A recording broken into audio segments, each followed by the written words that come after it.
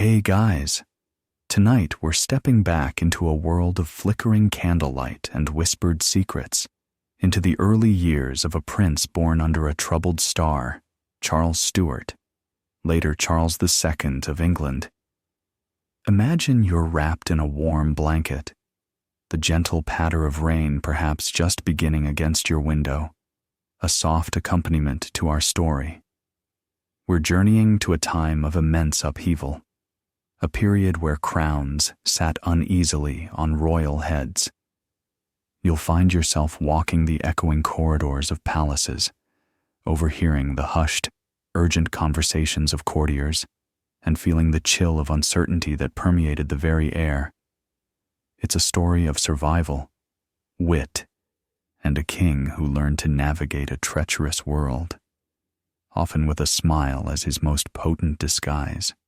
To be honest, given the stakes, the betrayals, and the sheer number of ways to lose your head, quite literally, you probably won't survive this if you were actually there, at least not with your royal dignity, or your head, intact. But from the safety of your cozy spot, you'll be just fine. So, before you get comfortable, take a moment to like the video and subscribe, but only if you genuinely enjoy what I do here. And, as always, I'd love to see where you're joining from tonight. Go ahead and post your location and local time in the comments below.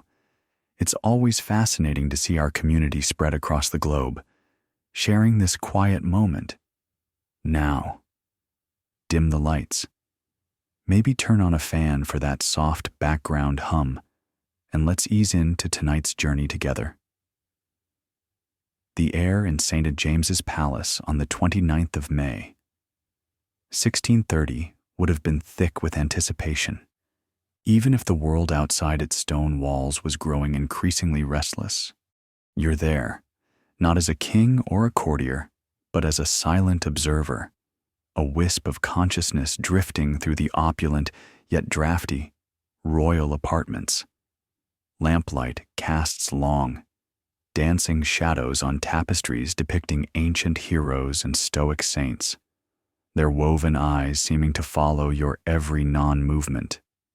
Outside, the sounds of London, the distant clatter of carriage wheels on cobblestones, the faint cry of a night watchman, are muffled by the thick walls and the drizzle that has begun to slick the city streets, a soft, percussive rhythm against the leaded glass.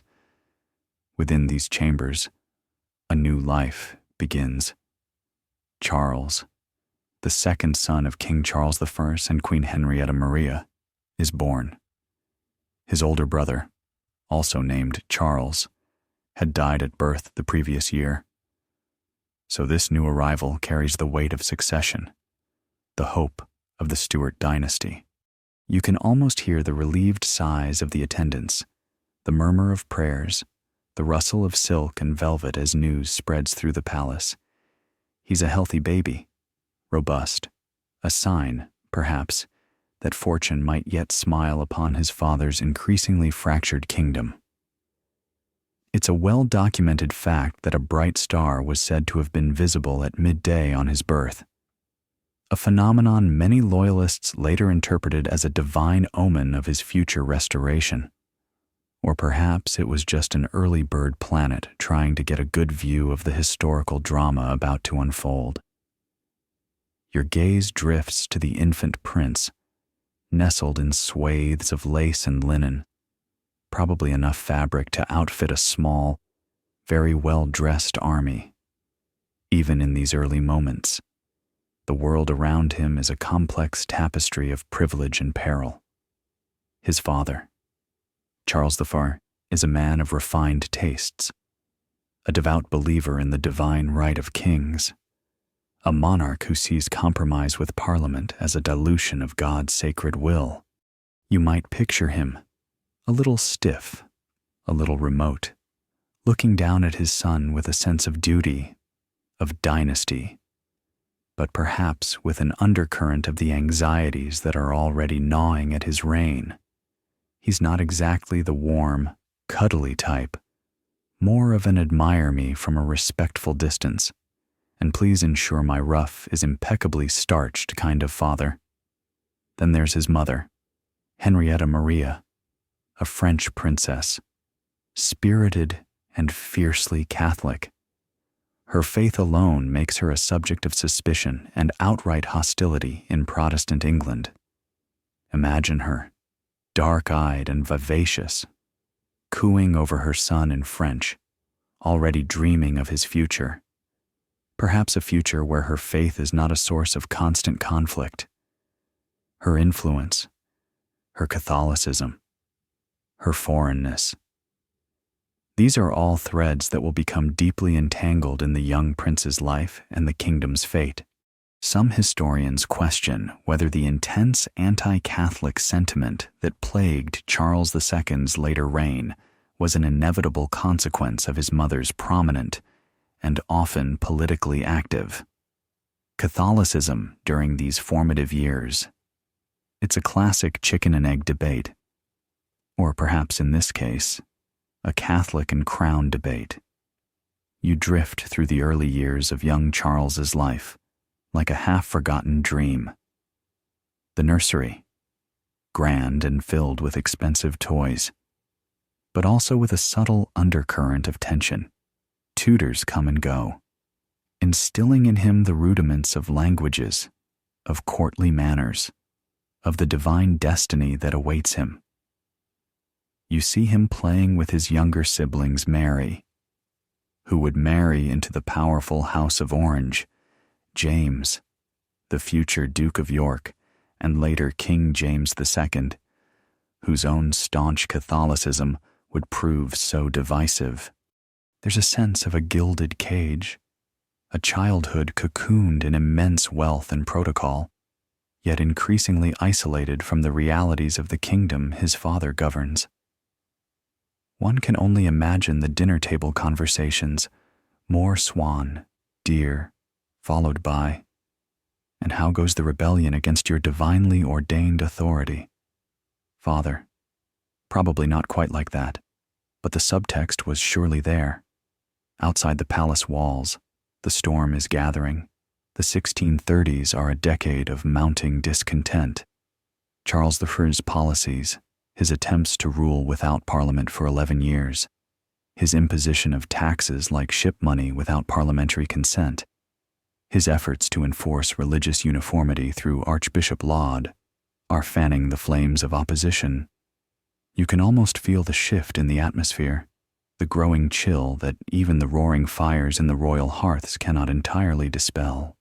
The distant city sounds you hear at night might now include the occasional angry shout, the rumble of a discontented crowd, faint at first, but growing. The young Prince Charles, or Charlie, as he might have been known within the family, is largely shielded from the direct blast of this growing fury, but not entirely. Children are perceptive. He would have seen the worried frowns on his father's face, the tears in his mother's eyes after another public affront to her faith or her French attendants. He would have sensed the increasing number of guards, the hushed, urgent conferences that broke off abruptly when he entered a room. Precisely how much the young Charles understood of the deepening political rifts is a matter historians continue to explore. But it's impossible to think he remained entirely untouched by the shadows lengthening over his family and his future. Imagine him, a boy of perhaps 8 or 9, looking out from a palace window. Does he see the London of burgeoning trade and vibrant life? Or does he sense the unease in the faces of the people below?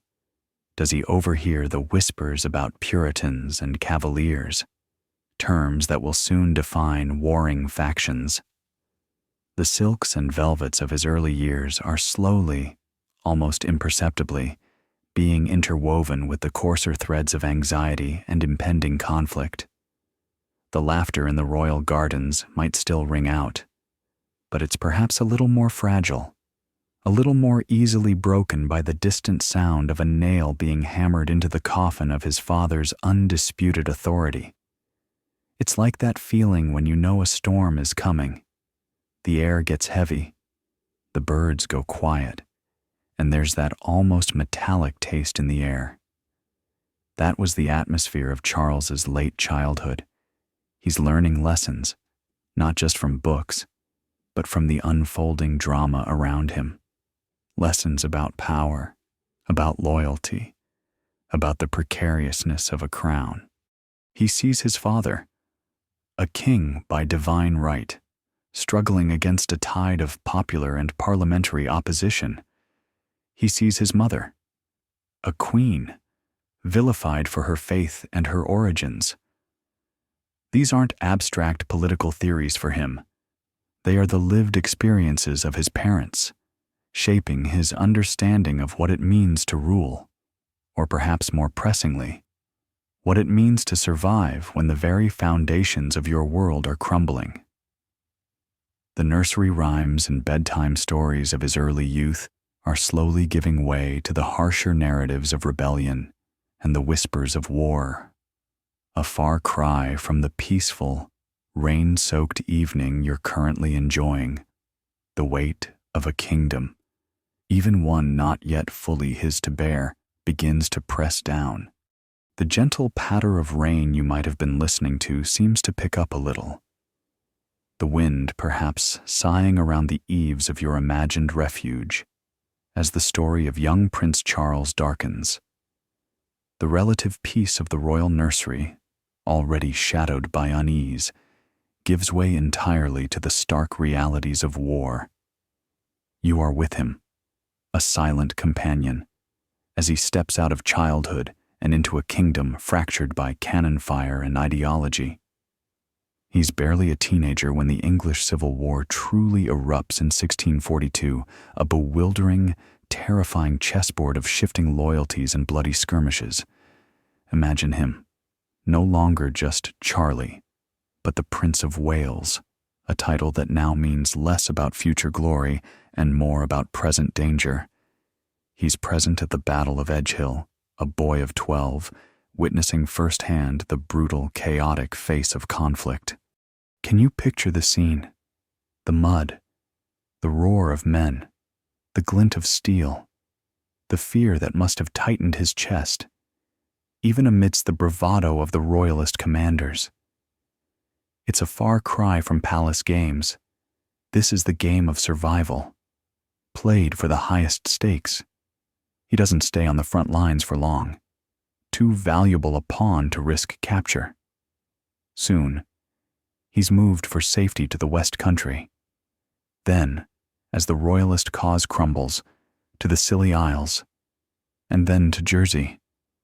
Each move is a step further from his father, a step deeper into uncertainty.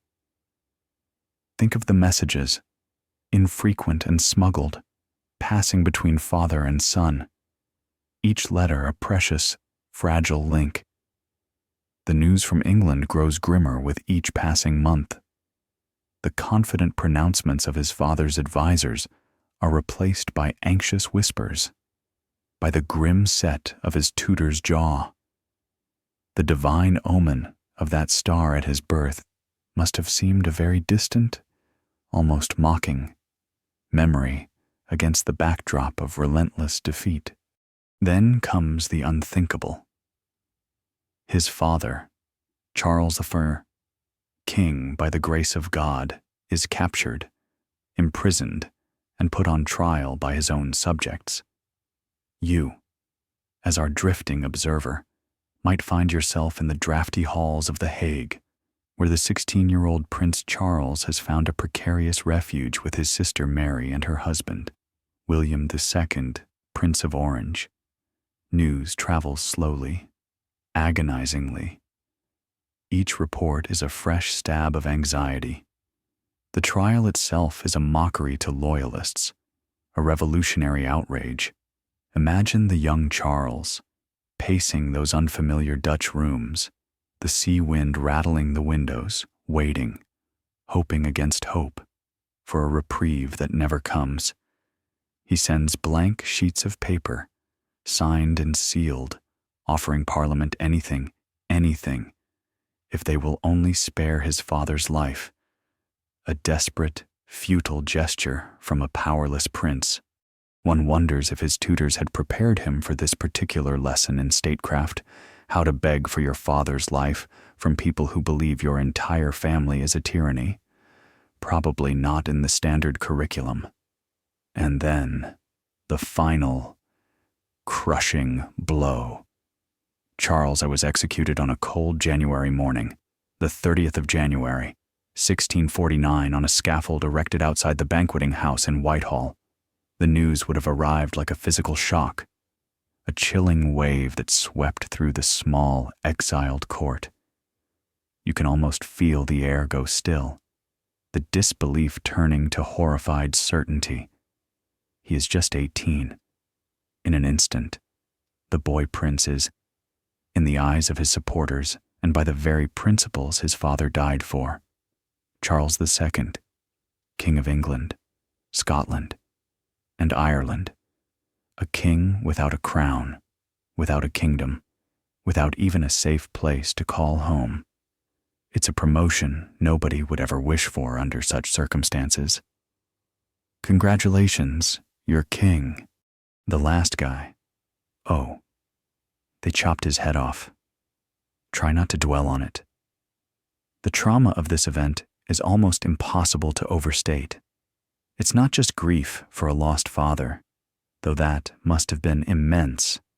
It's the shattering of a world order, the violation of a sacred trust, the brutal demonstration of his enemy's power. Picture him receiving the detailed accounts his father's dignified composure, his final speech, the single, terrible blow of the axe.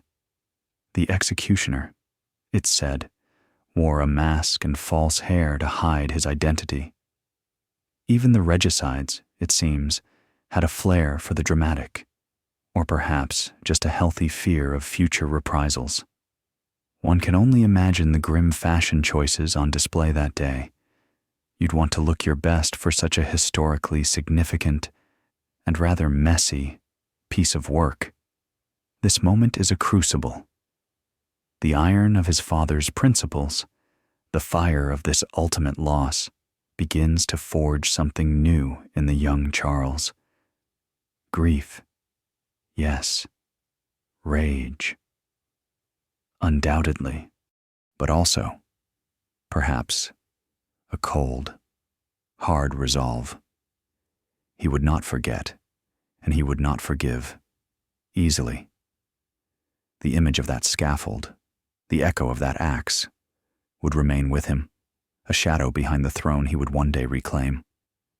The extent to which Charles III's stoic bravery on the scaffold was a calculated performance to ensure his martyrdom or a genuine reflection of his acceptance of fate remains a subject of considerable scholarly discussion.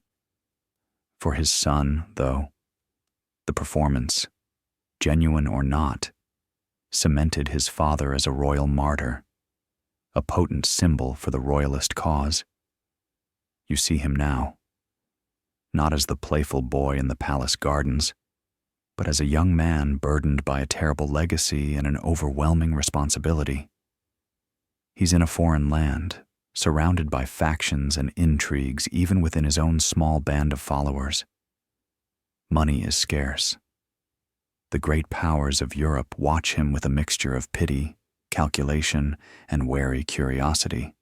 He is, in essence, a royal refugee, dependent on the charity and political whims of others. The weight of expectation is enormous.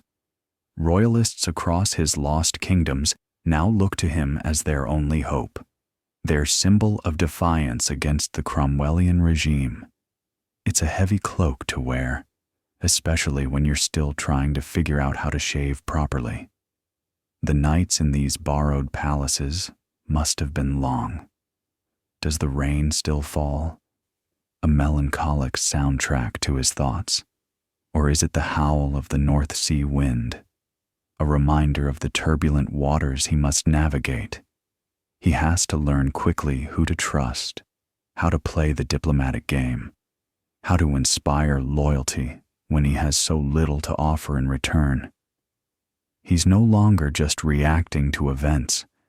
He's beginning to shape them, however tentatively. The trauma of his father's fall isn't just a scar. It's a lesson, brutally taught. It teaches him about the fragility of power, the ruthlessness of enemies, and perhaps the necessity of pragmatism, of bending so as not to break. These are lessons that will serve him well in the years to come.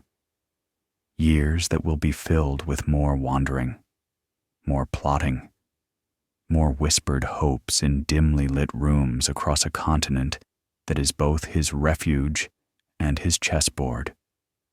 The Merry Monarch of the future is being forged here, in the cold aftermath of his father's death, a king whose later pursuit of pleasure might well have been a deliberate shield against the profound traumas of his youth. The solemn speeches and declarations he was now obliged to make, full of kingly resolve, must have felt utterly surreal for a young man who, just a few years prior, was probably more concerned with mastering Latin verbs than reclaiming 3 kingdoms.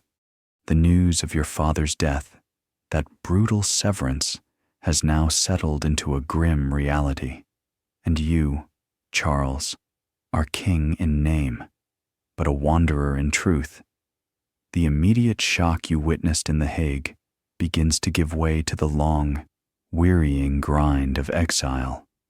The sounds of that distant, imagined rain might now seem to seep into the very fabric of your existence, a constant, mournful drizzle accompanying your footsteps across a continent that views you with a curious and often frustrating mixture of sympathy and self-interest. You are no longer just the grieving son. You are the focus of royalist hopes, a living banner for a lost cause, and that's a heavy load when your pockets are frequently empty and your next meal depends on the generosity or political calculus of foreign hosts. Your court, as it is grandly called, is a motley collection of loyal nobles who have sacrificed their fortunes, and sometimes their families, to follow you. Imagine them, huddled in drafty borrowed rooms in Paris, then perhaps shifting to Cologne, later to Bruges in the Spanish Netherlands. The lamplight in these temporary lodgings often illuminates threadbare tapestries and worn-out hopes. Discussions are endless, strategies debated with a passion that often outstrips resources. Who can be trusted? Which European power might offer more than just polite diplomatic phrases? The air is thick with schemes, with whispered intelligence often unreliable, and with the ever-present ache of being far from home. It's a bit like running a startup, really, but instead of venture capital, you're seeking armies, and the business plan involves overthrowing a heavily armed republic. No pressure, money, or the distinct lack of it becomes a constant, humiliating theme. You're a king, but you're living on credit, on handouts.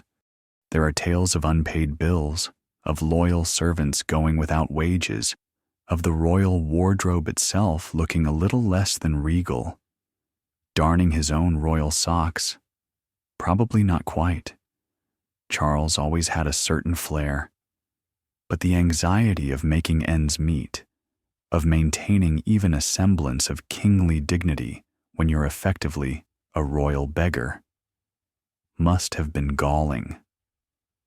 Academic circles still ponder whether Charles's numerous romantic liaisons during his exile were purely a matter of personal inclination or also served, in some measure, as a networking strategy in a world reliant on personal connections. After all, a charming word in the right ear, perhaps over a glass of hopefully free wine, could sometimes open doors that formal petitions could not. One of the most significant, and certainly most uncomfortable, Chapters of your wandering years involves the Scots. They, at least, are willing to proclaim you King of Scots. And in 1651, you are indeed crowned at Scone, a ceremony steeped in ancient tradition, though perhaps lacking some of the usual festive cheer. But this recognition comes at a steep price. You must subscribe to the Solemn League and Covenant, effectively making you a Presbyterian king, a role that sits as comfortably on you as a suit of armor made of particularly itchy wool. Imagine the scene: you, a young man already developing a taste for life's finer, more relaxed pleasures, subjected to endless sermons, strict moral codes, and the disapproving gaze of stern covenanters who saw sin in a game of cards or a light-hearted tune. They were, to put it mildly, not exactly the life of the party. One can picture Charles, forced to endure hours of theological lecturing, probably perfecting the art of looking deeply contemplative while mentally cataloging escape routes or composing witty retorts he dared not utter. This alliance with the Scots is a pragmatic, if unpalatable, necessity. It gives you an army, a foothold, a chance to reclaim your other kingdoms. But it's a tense partnership. You are their king, yet you are also their puppet, watched, lectured, and constrained. The shadow of your father's execution still looms large, but now it's joined by the suffocating weight of these new, religiously fueled expectations. The Scottish interlude is a lesson in itself: how to dissemble, how to appear to conform while biding your time, how to swallow pride for a greater, albeit distant, prize. The plotting continues, a relentless, often frustrating cycle of hope and disappointment. Emissaries are sent to European courts, pleas for aid are made, and secret networks of royalists in England try to prepare the ground for your return. But Oliver Cromwell's Commonwealth is a formidable opponent, well entrenched and possessing a powerful army and an efficient intelligence network. Many a hopeful royalist plot is uncovered and ruthlessly crushed. Each failure is another blow to morale, another reason for your European hosts to perhaps cool their support, to see you less as a king-in-waiting and more as a perennial guest who has overstayed his welcome. You drift from city to city. Paris offers the sophisticated, if somewhat unreliable, hospitality of your cousin, the young King Louis XIV, and his powerful minister, Cardinal Mazarin.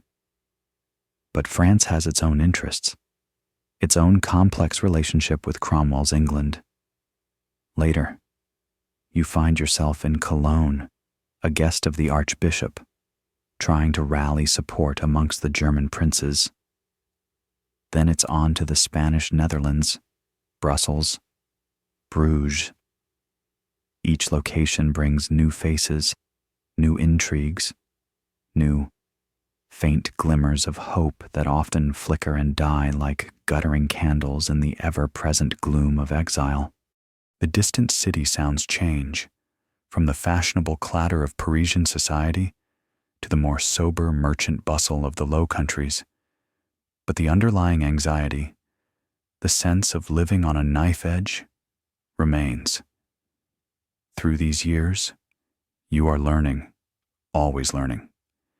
You learn to read people, to charm them, to flatter them. You learn the art of patience, a virtue not often associated with young men, especially young kings. You develop a network of loyal agents, men like Edward Hyde, your chief advisor, who struggles to manage your chaotic finances and even more chaotic court. You also, it must be said, cultivate a reputation for pleasure-seeking, for finding solace in the company of women and the distractions of the moment. Some historians see this as a character flaw, a descent into hedonism born of despair. Others see it as a necessary coping mechanism, a way to endure the unendurable, to maintain a semblance of vitality when the future is so uncertain. Or perhaps it was simply that, even in exile, Charles was determined to enjoy whatever scraps of pleasure life threw his way, a stark contrast to the grim austerity he'd witnessed amongst his Scottish allies, keeping up the spirits of a downtrodden, perpetually broke.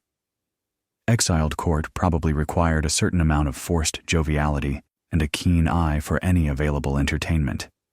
The constant state of almost securing a vital alliance, almost launching a successful uprising, almost finding a secure financial footing, must have been exhausting. Yet, through it all, the core objective remains the restoration of the monarchy. It's a testament to your resilience and the enduring loyalty of your supporters, that the cause doesn't simply collapse under the weight of years of disappointment. The wanderer king, moving through the lamplit streets of foreign cities, always looking over his shoulder, always hoping for that one piece of news, that one turn of fortune that will finally lead him home.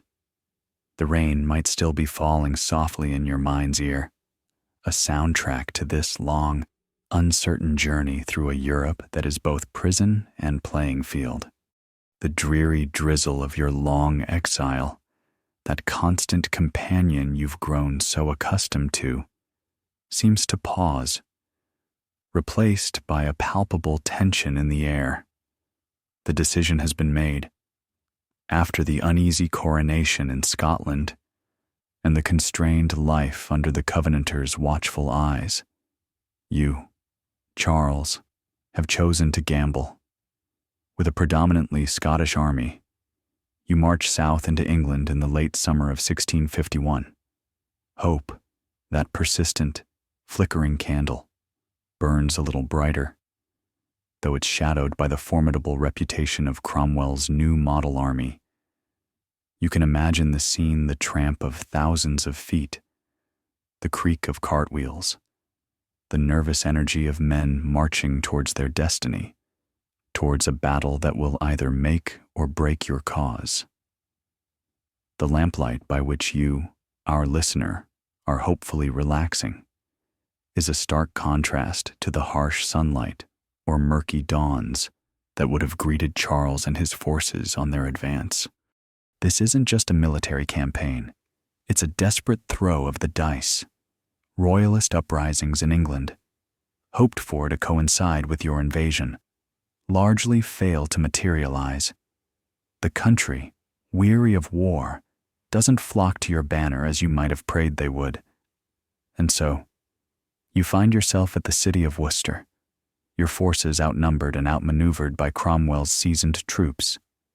The sounds you might hear now, if you were truly there, are not the gentle rain or distant city hum, but the terrifying cacophony of battle, the roar of cannons, the crackle of musket fire, the shouts of commanders, and the cries of the wounded. The Battle of Worcester, fought on September 3rd, 1651, the anniversary of Cromwell's earlier victory at Dunbar, becomes a crushing defeat for the Royalist cause. It's an absolute rout. As the battle turns against you, and your army disintegrates, your own survival becomes paramount. The kingly dignity you've striven to maintain through years of impoverished exile is stripped away in an instant, replaced by the desperate need of a hunted fugitive. Imagine the chaos, the panic, the fleeing soldiers, the relentless pursuit by parliamentary cavalry. You are forced to abandon your baggage, your remaining illusions of kingship, and think only of escape. This isn't the strategic retreat of a general. This is the flight of a man with a price on his head, a very large price. In fact, £1,000, a fortune at the time. Their wanted posters might not have had the benefit of high-resolution photography, but a tall, dark, and distinctively featured young man would have been hard to miss.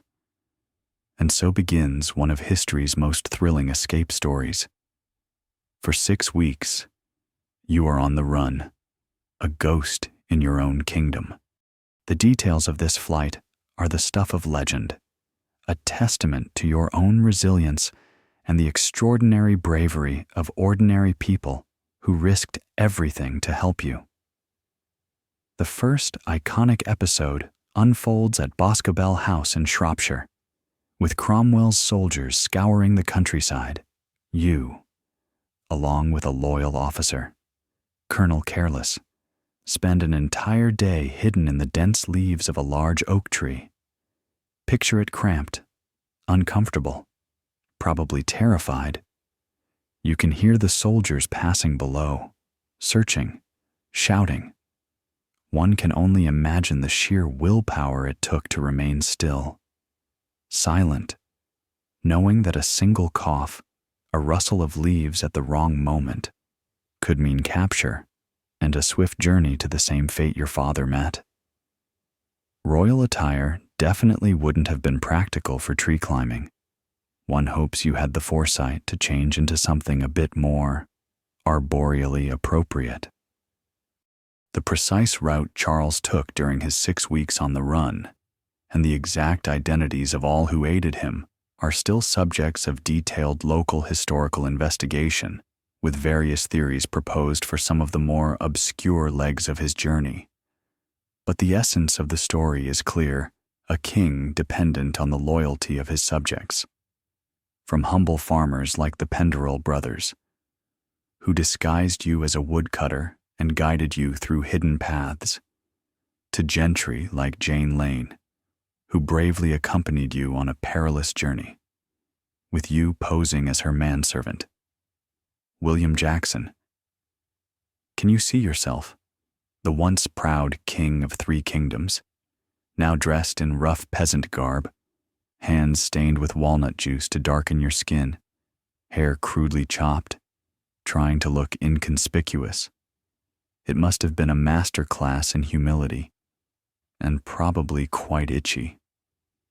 Each day brings new dangers, new close calls.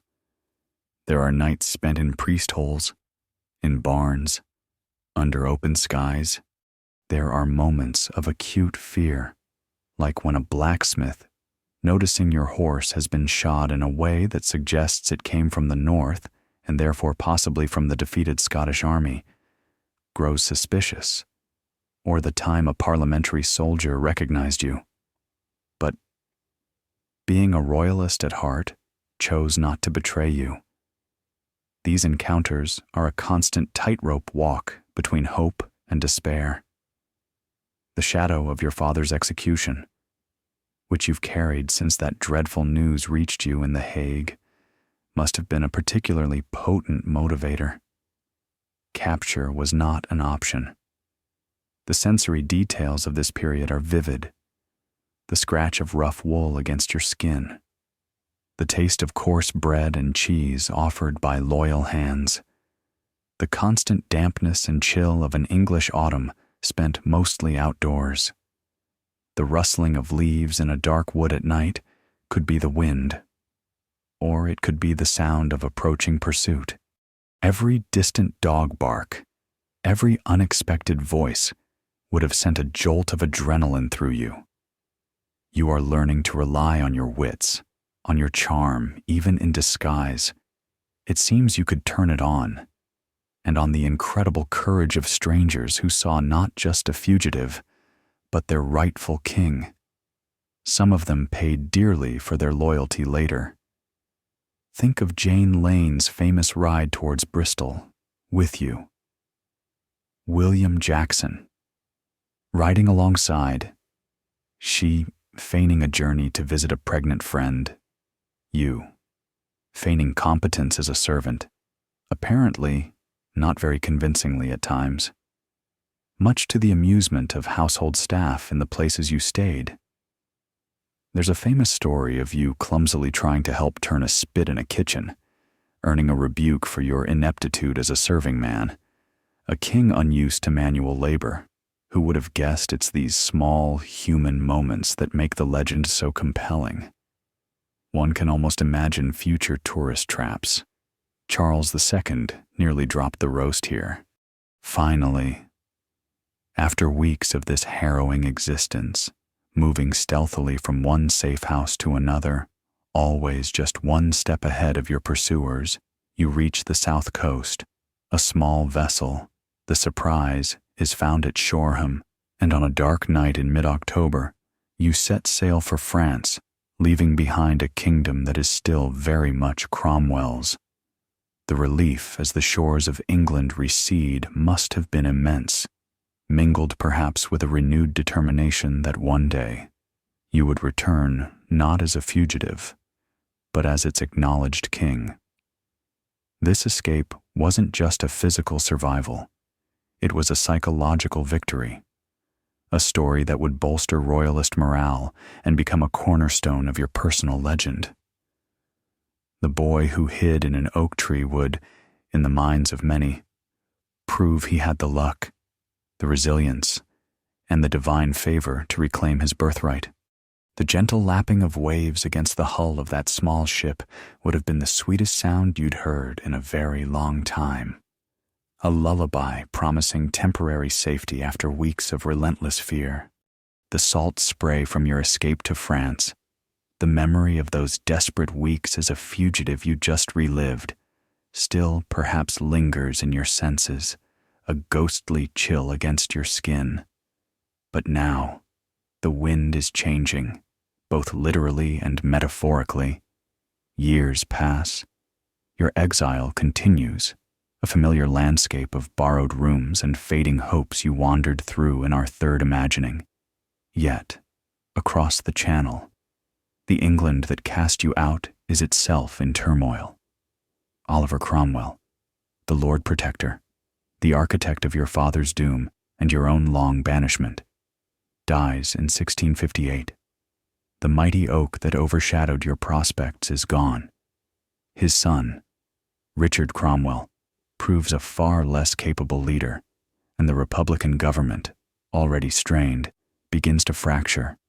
The army, parliament, various factions, they jostle for power, and the country drifts, rudderless, towards chaos. The distant city sounds of London, once a place of fear and loss for you, now carry whispers of exhaustion, a longing for stability. Out of this growing weariness, a new, improbable hope emerges for you. General George Monk, a pragmatic soldier who had served Cromwell, becomes the key. He assesses the unraveling situation in England and makes a pivotal decision. The nation, he senses, is tired of puritanical austerity, of military rule, of endless political experimentation. Perhaps, just perhaps, it's ready for its king again. Negotiations, delicate and secret at first, begin. You, from your current base in Breda in the Netherlands, issue the Declaration of Breda in April 1660. It's a masterpiece of careful statesmanship, promising a general pardon for old enemies with a few notable exceptions. Of course, some scores just had to be settled. Religious toleration, a particularly tricky point, as you well know from your Scottish holiday. Payment of arrears to the army, and settlement of land disputes. It's designed to reassure, to heal, to pave the way for your return without reigniting old conflicts. And it works. The invitation comes. Parliament votes to restore the monarchy.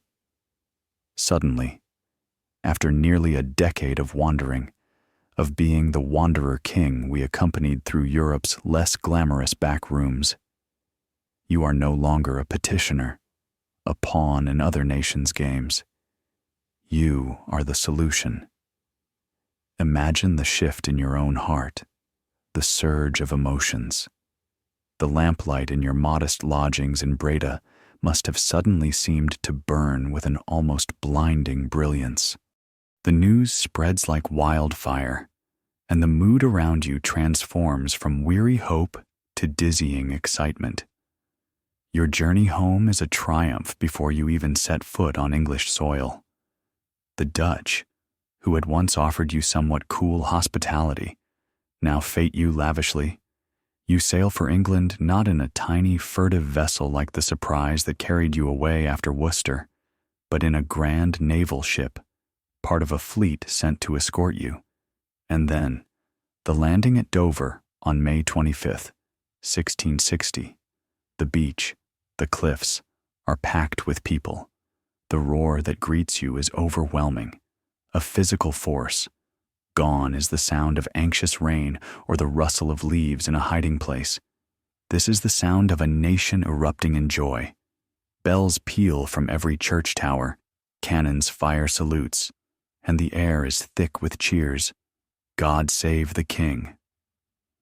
People weep, they shout, they press forward, desperate for a glimpse of this young man, their restored monarch, who has been a myth, a symbol, for so long. Your procession towards London over the next few days is one continuous carnival. The route is lined with cheering crowds. Flowers are strewn in your path. Banners wave from every window.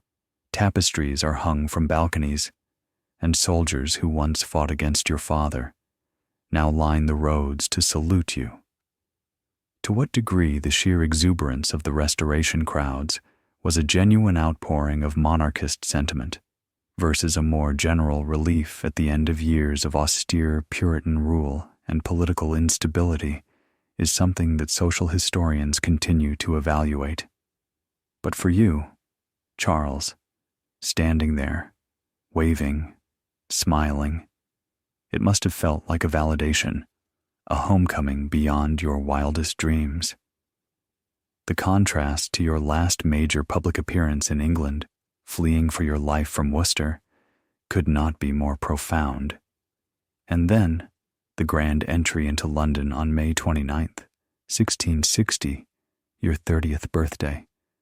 A symbolic, almost divinely timed, coincidence that wasn't lost on anyone. The city goes wild. Eyewitness accounts, like those of Samuel Pepys and John Evelyn, paint a picture of almost delirious celebration. Streets are packed shoulder to shoulder. Wine flows freely from public fountains. One imagines the hangovers the next day were truly epic in scale. Bonfires blaze, casting a warm, flickering glow over scenes of dancing and feasting that last long into the night. The drab, sober colors of Puritan England seem to vanish overnight, replaced by a sudden explosion of bright silks and velvets, as if the entire nation had been waiting for permission to raid its collective wardrobe. It's a party of historic proportions, and you are the guest of honor, the returning prodigal, the answer to a nation's prayers. What are you feeling amidst this adulation relief? Certainly, a deep, bone-weary relief that the years of struggle are finally over. Triumph, no doubt. You have outlasted your enemies, reclaimed your birthright. Perhaps a touch of sweet revenge, though your declaration of Breda wisely preached reconciliation. But beneath the public smiles and gracious waves, there must also be a layer of caution, a touch of the pragmatist you've become.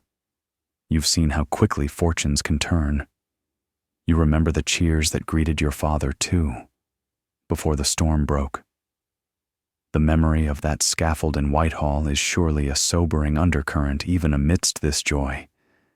You know that ruling will be a far more complex task than simply enjoying the welcome home parade. Even a king probably needs a good long nap after weeks of such relentless adulation and travel. The Restoration is more than just the return of a king. It's the restoration of an old order, yet one that can never be quite the same. The divine omen star that supposedly shone at your birth is probably being widely recalled now, polished up as proof of your ordained destiny. But you, forged in the trauma of your father's fall and the harsh realities of exile, understand that divine right alone isn't enough. You need political skill, popular support, and a healthy dose of luck. The cheers are intoxicating, the sense of a new dawn palpable. The soft rain that so often accompanied our earlier imaginings of your trials has definitively stopped, replaced by the warm sun of a hopeful spring. The gentle lamplight of a private room is now the blazing light of public celebration. But as the echoes of the Restoration's roar begin to fade, the hard work of governing a deeply scarred and divided nation awaits. The party's over. The rain begins. The echoes of that Restoration's roar, the thunderous welcome you received, are still vibrating in the air, a joyful hum beneath the surface of London life. The bonfires have died down. The welcoming banners are perhaps a little faded by the May sunshine, but the sense of a new beginning, a collective sigh of relief, is palpable. You, Charles, are no longer the celebrated guest, but the master of the house, installed in the palaces of Whitehall, St. James's, Hampton Court, places that hold memories of your early childhood, shadowed then by impending doom, now bright with the promise of your reign. The lamplight that now illuminates your evenings isn't from a borrowed room in a foreign city, but from the glittering chandeliers of your ancestral homes. And you seem determined to fill these halls with a very different kind of light and sound than England has known for over a decade.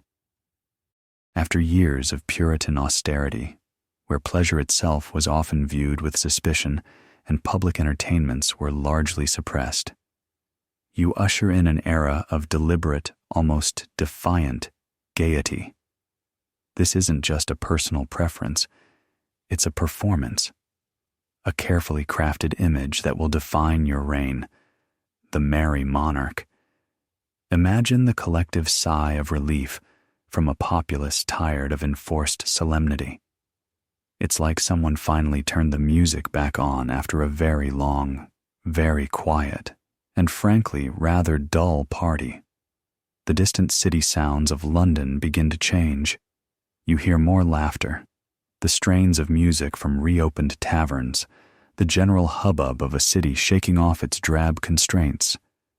One of your first and most symbolic acts is to fling open the doors of the theaters. The playhouses, shuttered by the Puritans in 1642, are not only reopened, but flourish under your enthusiastic patronage. This gives birth to Restoration comedy, a new style of drama, witty, satirical, often risque, a world away from the grim morality plays of a previous generation. Suddenly, there's a high demand for clever playwrights who can craft sparkling dialogue and actresses a novelty in themselves, as female roles were previously played by boys who can deliver it with panache. You are a frequent attendee, your presence signaling approval and encouraging a vibrant cultural scene. It's a clear message: joy is back in fashion. But it's not just the theater. Your court becomes the epicenter of this new mood. Gone are the sober grays and blacks of the Protectorate. Whitehall Palace transforms into a kaleidoscope of color, extravagant fashions, elaborate wigs, and the scent of French perfume. There is music, dancing, gambling, witty conversation, and a general air of sophisticated indulgence. You lead by example, your natural charm, quick wit, an affable manner setting the tone. You are seen walking your beloved spaniels in St. James's Park, accessible to your people, a far cry from the remote, divinely ordained figure your father tried to be. One might playfully suggest those little dogs, always underfoot, probably overheard more state secrets and wielded more accidental influence than half the minor courtiers. This cultivation of a pleasure-loving image is a complex affair. The degree to which Charles's affability and pursuit of pleasure were calculated political tools to endear him to his people and disarm potential opponents as opposed to genuine aspects of his personality shaped by his experiences, is a topic upon which historians hold varying perspectives. Was it a deliberate strategy? Almost certainly, at least in part. After the trauma of civil war and the execution of a king, the monarchy needed to be popular, to be seen not as a threat, but as a source of national well-being and enjoyment. By presenting yourself as a man of pleasure rather than a man of harsh dogma, you disarm potential critics and foster a sense of shared enjoyment with your subjects. It's hard to plot against a king who's invited you to a rather good party and is telling amusing stories. And then there's the personal dimension. After years as a wanderer king, often impoverished and always uncertain, who could blame you for wanting to embrace the comforts and delights that were so long denied? After the terrifying flight from Worcester, where every shadow held a threat, perhaps there's a deep-seated need to live life to the fullest, to banish those darker memories with brightness and laughter.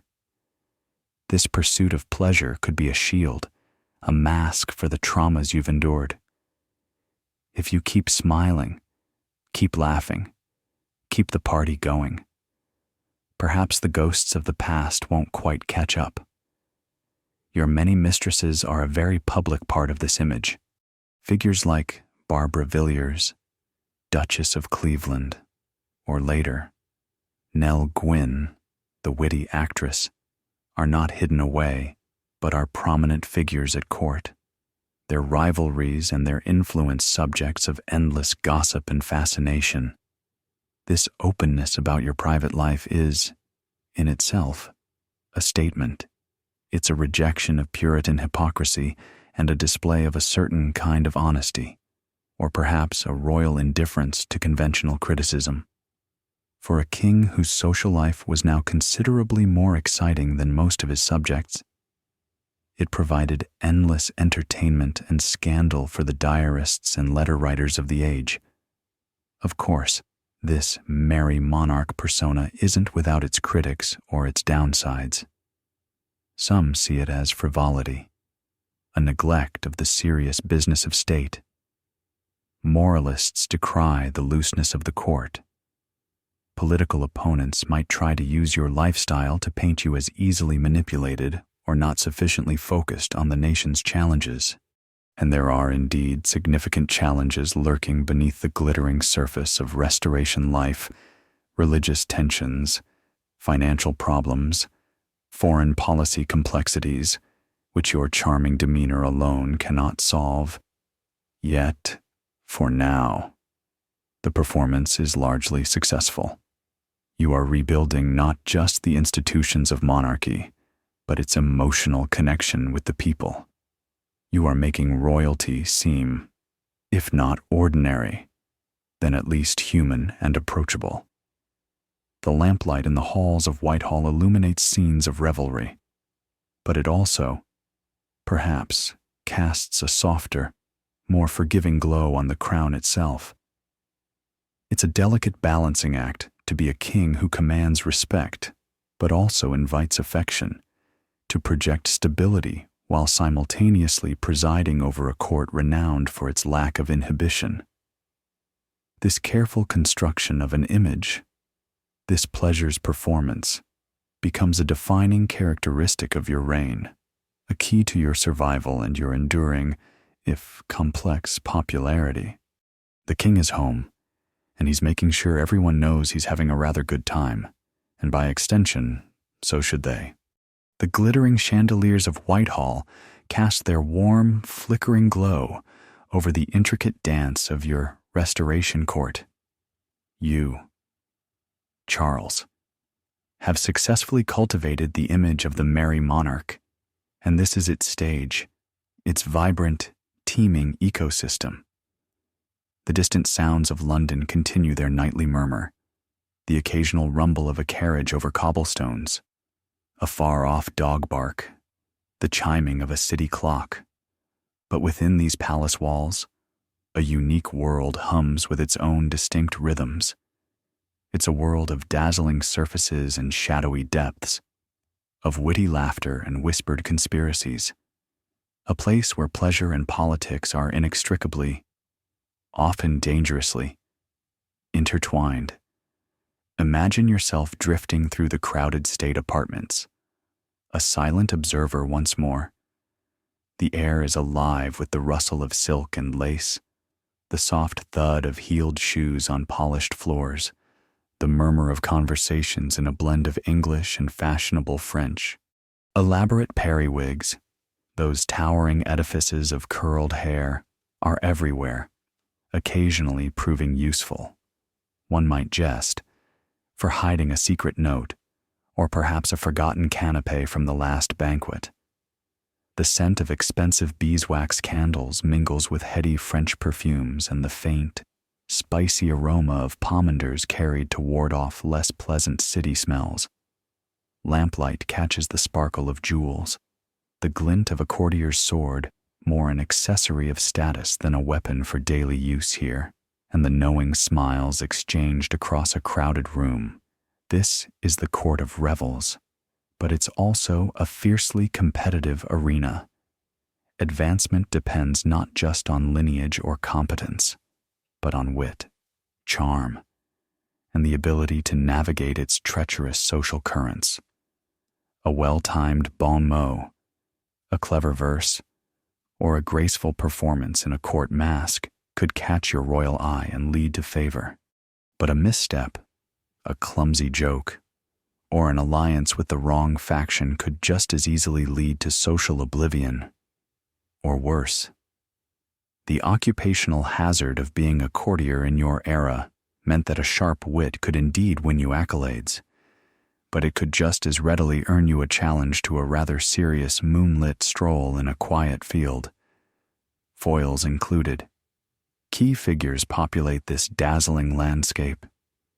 There are the famous wits and libertines, like the Earl of Rochester, whose brilliant, scandalous poetry and even more scandalous lifestyle both amused and shocked the court. There are ambitious politicians, like those who would form the infamous Cabal Ministry: Clifford, Arlington, Buckingham, Ashley Cooper, later Earl of Shaftesbury, and Lauderdale, their names forming that neat, conspiratorial-sounding acronym. These men, each with their own agenda, wield considerable influence. Their meetings often shrouded in the kind of secrecy that fuels endless speculation and court gossip. You'd almost need a dedicated royal secretary just to keep track of who's aligned with whom this week, and whose star is rising or dramatically falling. And then there are the women, particularly your mistresses, figures like the fiery Barbara Villiers, Duchess of Cleveland, or the charming Louise de Querouaille, Duchess of Portsmouth, a vital link to the French court, command their own circles of influence. They are not merely decorative, they are conduits of patronage, sources of information, and sometimes active players in the political game. Historians offer differing interpretations regarding the true extent of influence wielded by Charles II's mistresses. Were they merely companions and recipients of royal favor? Or did some play a more subtle but significant role in political appointments and policy? What's certain is that their presence adds another layer of intrigue and glamour to your court. Life here is a performance. Days might be filled with council meetings and the dispatch of state business, but evenings are given over to pleasure and display. There are grand balls where you, an accomplished dancer, might lead the garter knights in a stately measure.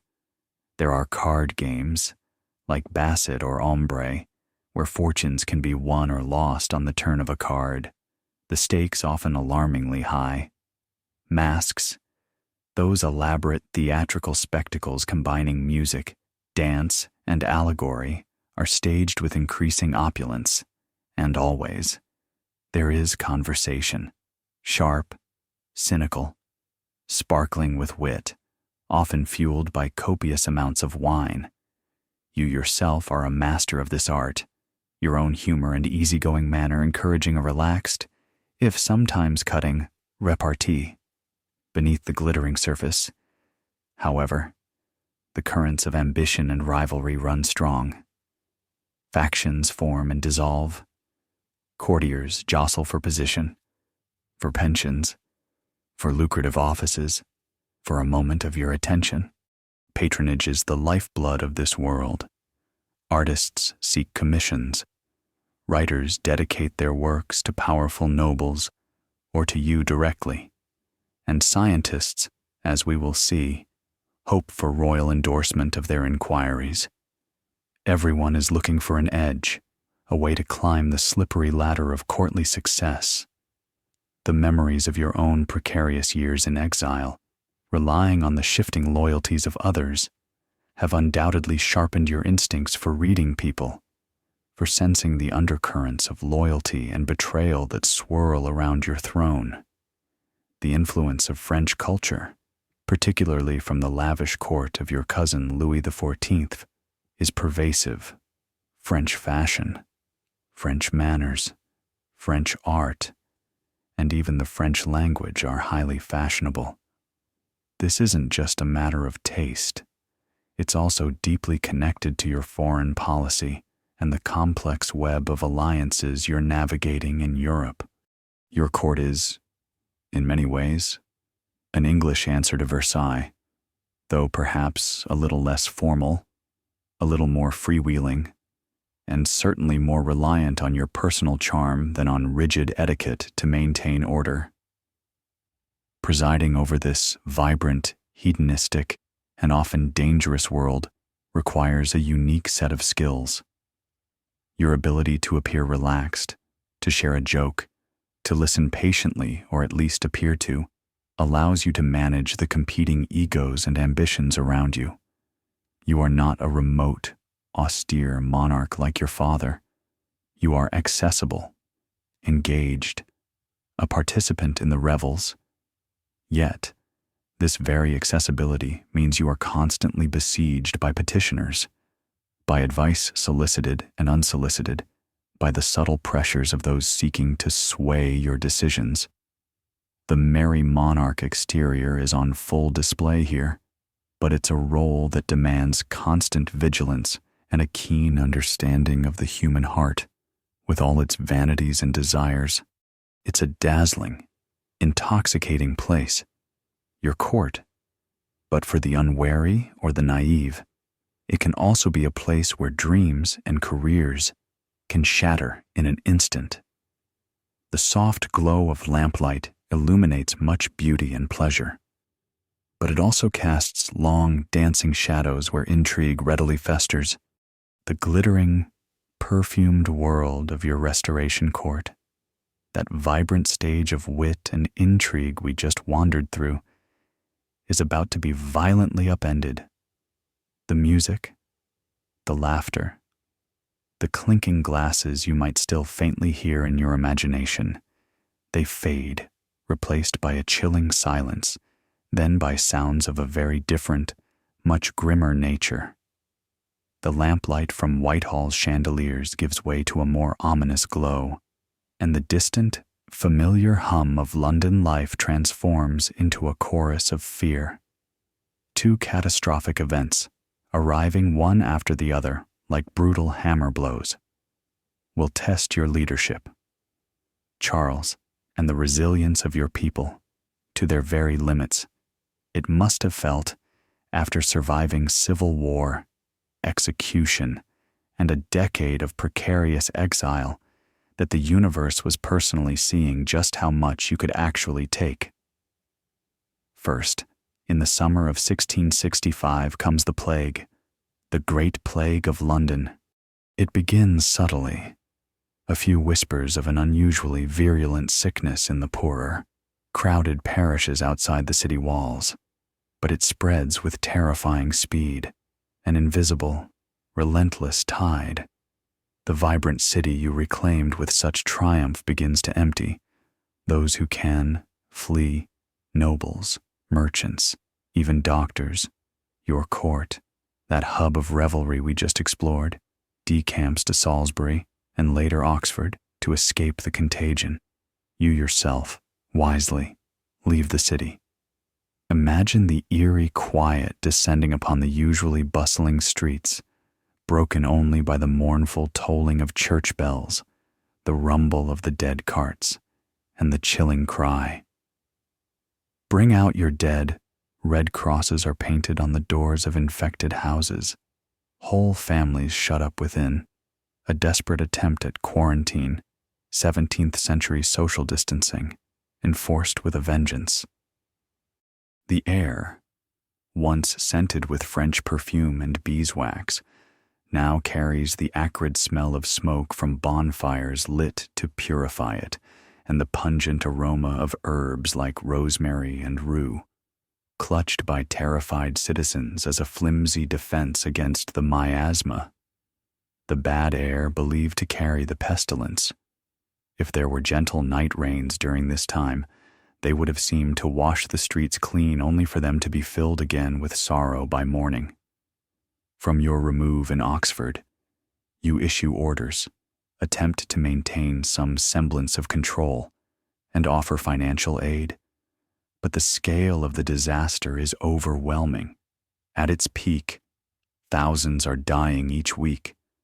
The vibrant tapestry of London life is reduced to threads of fear and grief. It's a grim echo of the uncertainties you knew as a wanderer king. But this time, the enemy is unseen, and the entire capital is your endangered charge. Then, just as London is beginning to recover from the horrors of the plague, its population depleted and traumatized, disaster strikes again. On a warm night, the 2nd of September, 1666, a small fire breaks out in a baker's shop in Pudding Lane. This seemingly minor incident ignites the Great Fire of London, which will rage for 4 days, consuming a vast swathe of the medieval city. The sensory details shift from the chilling quiet of plague to the roaring chaos of conflagration. Imagine the scene: the crackle and roar of flames devouring wooden buildings, the crash of falling timbers, the desperate shouts of citizens, the panicked ringing of church bells now signaling a different kind of doom. A fierce east wind fans the flames, turning the blaze into an unstoppable inferno. The firefighting technology of the era is woefully inadequate. Leather buckets, primitive water squirts, and pulling down houses with hooks to create fire breaks. Often too little, too late. The heat is intense, the smoke thick and choking, casting a hellish red glow over the city, visible for miles around. The distant city sounds are now the sounds of its own destruction. Thousands are rendered homeless, fleeing with what few possessions they can carry, camping in the fields outside the city walls. St. Paul's Cathedral, that ancient, magnificent edifice, is engulfed, its lead roof melting and flowing like silver rivers down Ludgate Hill. The very heart of your capital is being incinerated. This is where your leadership, Charles, is truly tested in a very visible, physical way. Unlike during the plague, where your absence was perhaps understandable, even necessary. During the fire, you are present and active. Reports from eyewitnesses like Samuel Pepys and John Evelyn describe you and your brother, James, Duke of York, personally taking charge of firefighting efforts, riding through the burning streets, covered in soot and grime, distributing money, and directing the pulling down of houses to create fire breaks. You are seen handing buckets, encouraging the exhausted firefighters, a king sharing the peril and labor of his subjects. It's a moment of genuine bravery, a stark contrast to the image of the Merry Monarch simply indulging in pleasure. This is the monarch as protector, as a man of action. Scholarly opinion is still somewhat divided on how far Charles II's personal interventions during the Great Fire of London were decisive in eventually controlling the blaze, versus the impact of pre-planned demolitions and the eventual, fortuitous dying down of the wind. But what is undeniable is the psychological impact of your presence. Seeing their king amongst them, sharing their danger, must have been an immense boost to morale for the despairing Londoners. It's a far cry from the frightened boy hiding in an oak tree after Worcester. This is a mature king confronting a national emergency head-on. When the flames finally die down, after 4 days of terror and destruction, a vast portion of London is a smoking ruin. Over 13,000 houses, 87 churches, and countless public buildings are gone. The economic and human cost is immense. Yet, miraculously, the reported death toll is surprisingly low, though many believe the true number was higher, with the poor and unknown perishing unrecorded in the inferno. These two ordeals, the plague and the fire, occurring back to back, would have been enough to break a lesser spirit or a less resilient nation. They are a brutal interruption to the hopeful dawn of the Restoration. The lamplit revels of your court seem a distant memory against the backdrop of such widespread suffering and destruction. Yet, these disasters also pave the way for a new London to rise from the ashes, for new expressions of resilience and ingenuity. And for you, Charles, they provide an unexpected, if tragic, opportunity to demonstrate a different kind of kingship, one that involves not just presiding over pleasures, but sharing in and striving to alleviate profound national pain. The soft, soothing atmosphere we aim for in these nightly tales is strained by such events. Yet even in recounting them, we can feel the quiet strength that allowed a city and its king to endure. The smoke from the Great Fire, which clouded our last imagining of your London, Charles, has begun to clear, both literally and metaphorically. The raw grief of the plague and the devastation of the flames, though still etched in the city's memory and its landscape, now give way to a remarkable period of renewal and intellectual vibrancy. The lamplight, which once illuminated scenes of revelry in your court and then the grim realities of disaster, now seems to focus on quieter, more studious pursuits, on the stages of reopened theaters, and on the drawing boards of architects reimagining a city.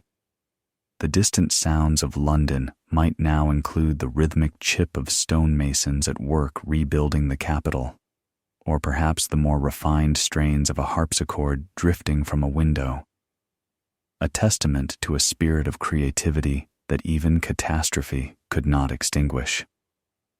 Perhaps a gentle, cleansing rain falls softly outside your window tonight, a soothing sound as we explore this blossoming of culture. Even as London rebuilds its physical structures, you are keenly fostering its intellectual and artistic life. This isn't just about entertainment, it's about prestige, about projecting an image of a sophisticated, modern monarchy, and perhaps, for you, a genuine curiosity about the world. One of the most enduring pillars of this cultural flourishing is an institution you actively championed in 1662. You granted a royal charter to a group of natural philosophers, formally establishing the Royal Society of London for Improving Natural Knowledge.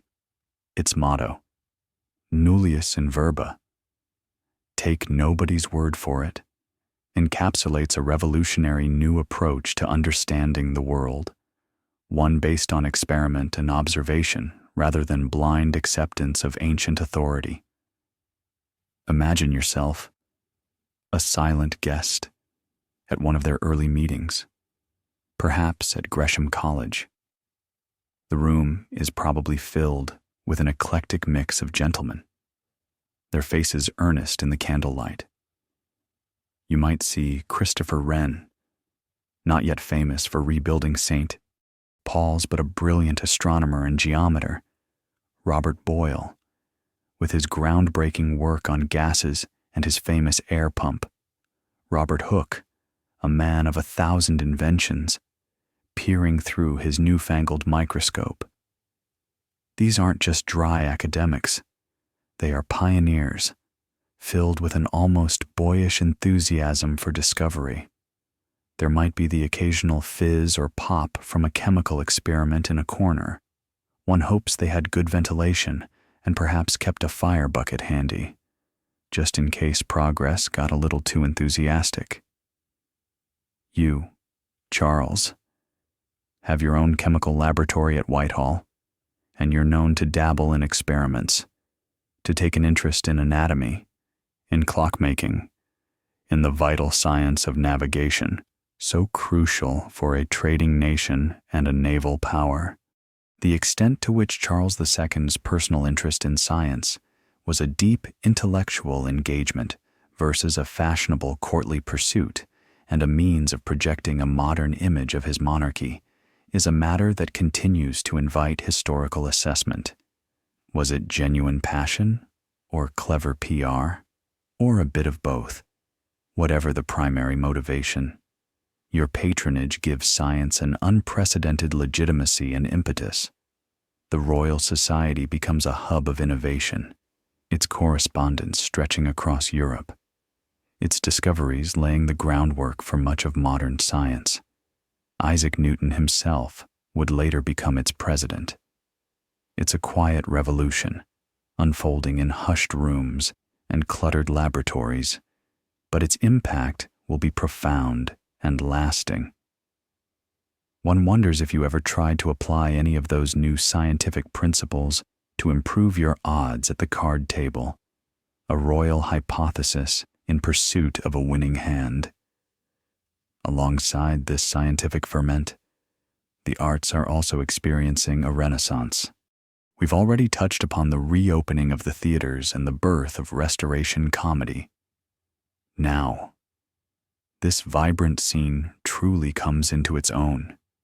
Playwrights like John Dryden, William Wycherley, and later William Congreve, and Aphra Behn, one of the first English women to earn her living as a writer, fill the stages with witty, often cynical, and daringly provocative plays.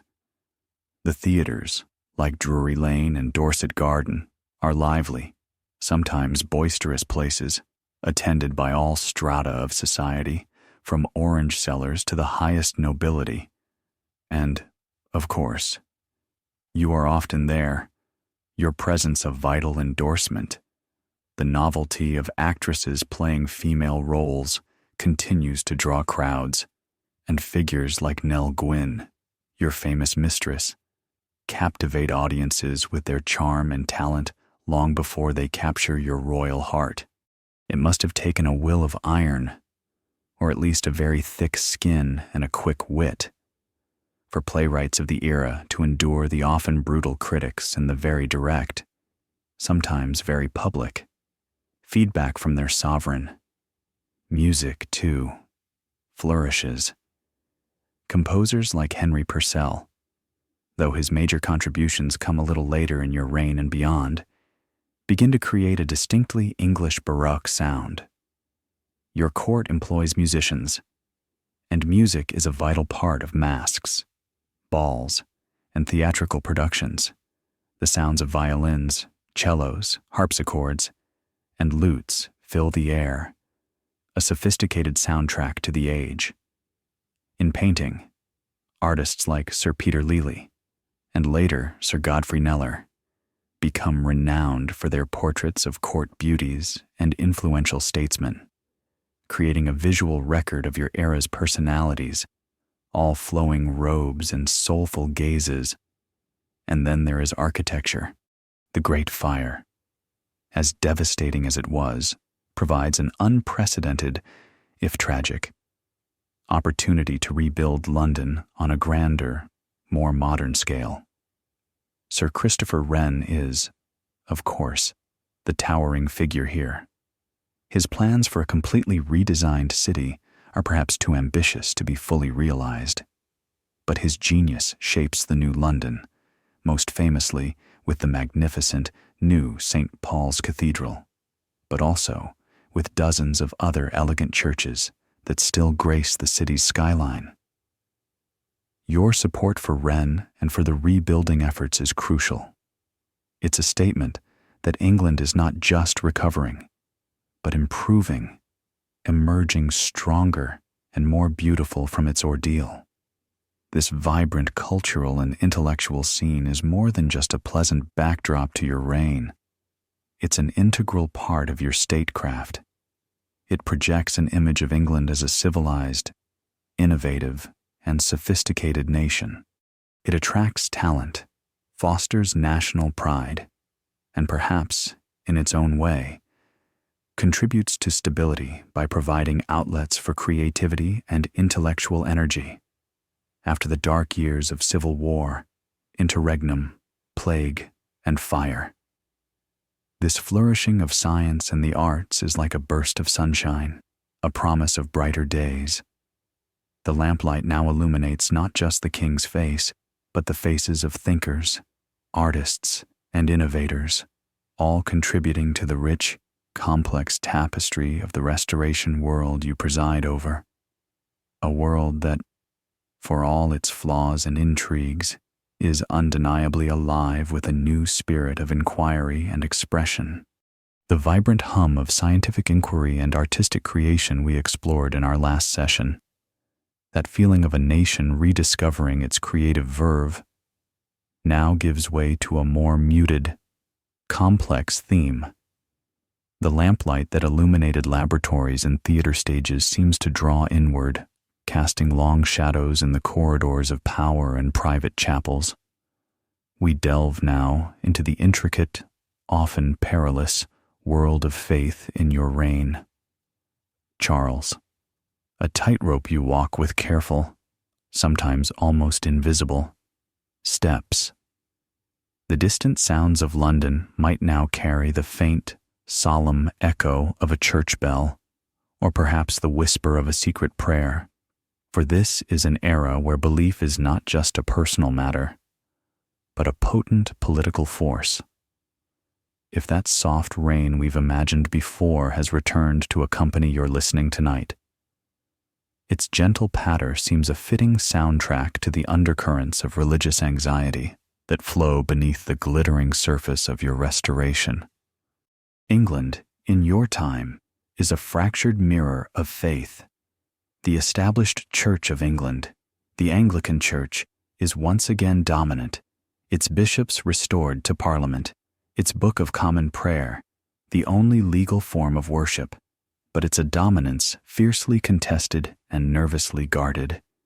Then there are the Roman Catholics, a small but significant minority, widely distrusted, feared as agents of foreign powers, and burdened by the still raw memories of events like the Gunpowder Plot, the shadow of your mother, Henrietta Maria, and her devout Catholicism, and indeed your own wife, Catherine of Braganza, who openly practices her Catholic faith, fuels this suspicion, and beyond them, a diverse, stubborn array of Protestant nonconformists, Presbyterians who once allied with you so uncomfortably in Scotland, Baptists, Quakers, Independents, all dissenters who refuse to conform to Anglican rites. Keeping track of all the different sects and their particular grievances must have been a theological headache of epic proportions for any monarch. Your Cavalier Parliament, staunchly Anglican and deeply suspicious of anyone outside the established church, enacts a series of punitive laws known as the Clarendon Code. These acts systematically strip dissenters of their rights. They cannot hold public office. Their ministers cannot preach or teach. Their meetings are often forbidden. Imagine the quiet defiance secret services held in private homes, ministers risking imprisonment to tend to their flocks, communities bound together by shared conviction and shared persecution. The air is thick with tracts and pamphlets, arguments for and against toleration, for and against the authority of bishops, debated in hushed tones or proclaimed with risky fervor. You probably wished for a royal mute button during some of the more strident theological arguments presented to you. And where do you, Charles, stand in all this? Your own spiritual leanings are a subject of intense speculation throughout your reign, and indeed, for centuries after, you are outwardly the supreme governor of the Church of England, attending its services, upholding its position. Yet, you consistently show a private inclination towards religious toleration. Perhaps it's born of a pragmatic desire to unite your kingdom, to avoid the religious fanaticism that tore it apart in your father's time. Perhaps it's a genuine intellectual conviction, influenced by your cosmopolitan experiences in exile, where you encountered various faiths. Or perhaps it's a reflection of a deeper, more personal sympathy, particularly towards Catholicism. In 1672, you make a bold move with the Declaration of Indulgence, attempting to suspend the penal laws against both Protestant dissenters and Roman Catholics, granting them freedom of worship in their homes and private chapels.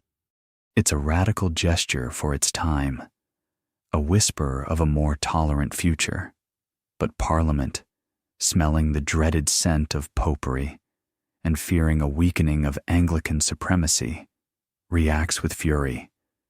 They challenge your right to suspend laws, and under immense political pressure, you are forced to withdraw the declaration the following year. It's a stark reminder of the limits of your power, a clear signal that on matters of religion, Parliament, not the king, often holds the whip hand. The idea of broad religious tolerance was clearly ahead of its time, making many established figures as nervous as if you'd suggested serving, say, pineapple with every course at a state banquet, exotic, unsettling, and probably bad for the digestion. Instead of indulgence, Parliament tightens the screws. The Test Acts are passed, requiring all holders of public office to take Anglican communion and deny key Catholic doctrines. This is aimed squarely at Catholics, particularly your brother and heir, James, Duke of York, whose conversion to Catholicism is an open secret and a growing source of political anxiety. You are walking a precipice. On one side, the deep-seated anti-Catholic prejudice of much of the nation. On the other, your loyalty to your brother and your own complex religious feelings. The fear of popery is a potent weapon in the hands of your political opponents. It can be whipped up into a frenzy, used to destabilize your government, to challenge your authority. You are constantly navigating this treacherous terrain, employing all your charm, your wit, your capacity for dissimulation, to keep the ship of state afloat. Sometimes you lean towards the Anglican establishment. Sometimes you make covert overtures to dissenters. Sometimes you engage in secret diplomacy with Catholic powers like France. It's a bewildering balancing act, a game of smoke and mirrors where your true intentions are often deliberately obscured. The true nature and timing of Charles II's personal conversion to Catholicism, whether it was a deathbed event or a conviction held secretly for much longer, remains a point of conjecture and discussion among biographers. What is known is that on your deathbed, in 1685, you asked to be received into the Roman Catholic Church. Father John Huddleston, a Benedictine priest who had helped you escape after the Battle of Worcester all those years ago, is smuggled up the back stairs of Whitehall Palace to administer the last rites. It's a final, private act of faith, the culmination of a lifetime of hidden sympathies and complex spiritual navigation. This religious tightrope you walk defines so much of your reign. It fuels political crises, shapes your foreign policy, and creates an atmosphere of lingering suspicion that even your famed Merry Monarch persona cannot entirely dispel. The pursuit of pleasure, the patronage of arts and sciences, these can be seen, in part, as attempts to create a common ground, a space for national unity away from the intractable bitterness of religious strife. Yet, the bells continue to toll, sometimes in celebration, sometimes in solemn warning, a constant reminder of the deep spiritual divisions that crisscross your kingdom. Divisions you managed with a skill born of long, hard experience, but could never fully heal. The quiet anxieties and hidden spiritual currents of religious division we navigated in our last imagining, Charles, now flow into the equally murky and complex waters of your foreign policy. The lamplight that shone on secret chapels and whispered theological debates now illuminates treaty documents, maps of Europe spread across polished tables, and the intent faces of envoys engaged in the high-stakes game of international diplomacy. If that soft rain is still falling outside your window, its steady rhythm seems to mirror the careful, often clandestine, beat of your diplomatic maneuvers. The distant city sounds of London are hushed, as if the capital itself is holding its breath, aware that the decisions made in these quiet, late-night meetings will shape its destiny and its place in a volatile world. Europe, in your time, is a chessboard of powerful, often competing interests. There's the formidable France of Louis XIV, the Sun King, with his vast ambitions and seemingly bottomless treasury. There's the plucky, prosperous Dutch Republic, England's great commercial rival, a nation of merchants and mariners who often get in your way. Spain, though past its imperial zenith, still holds significant territories and influence. The Holy Roman Empire and various German states add further complexity. It's a world of shifting alliances, dynastic rivalries, and constant jockeying for power and trade.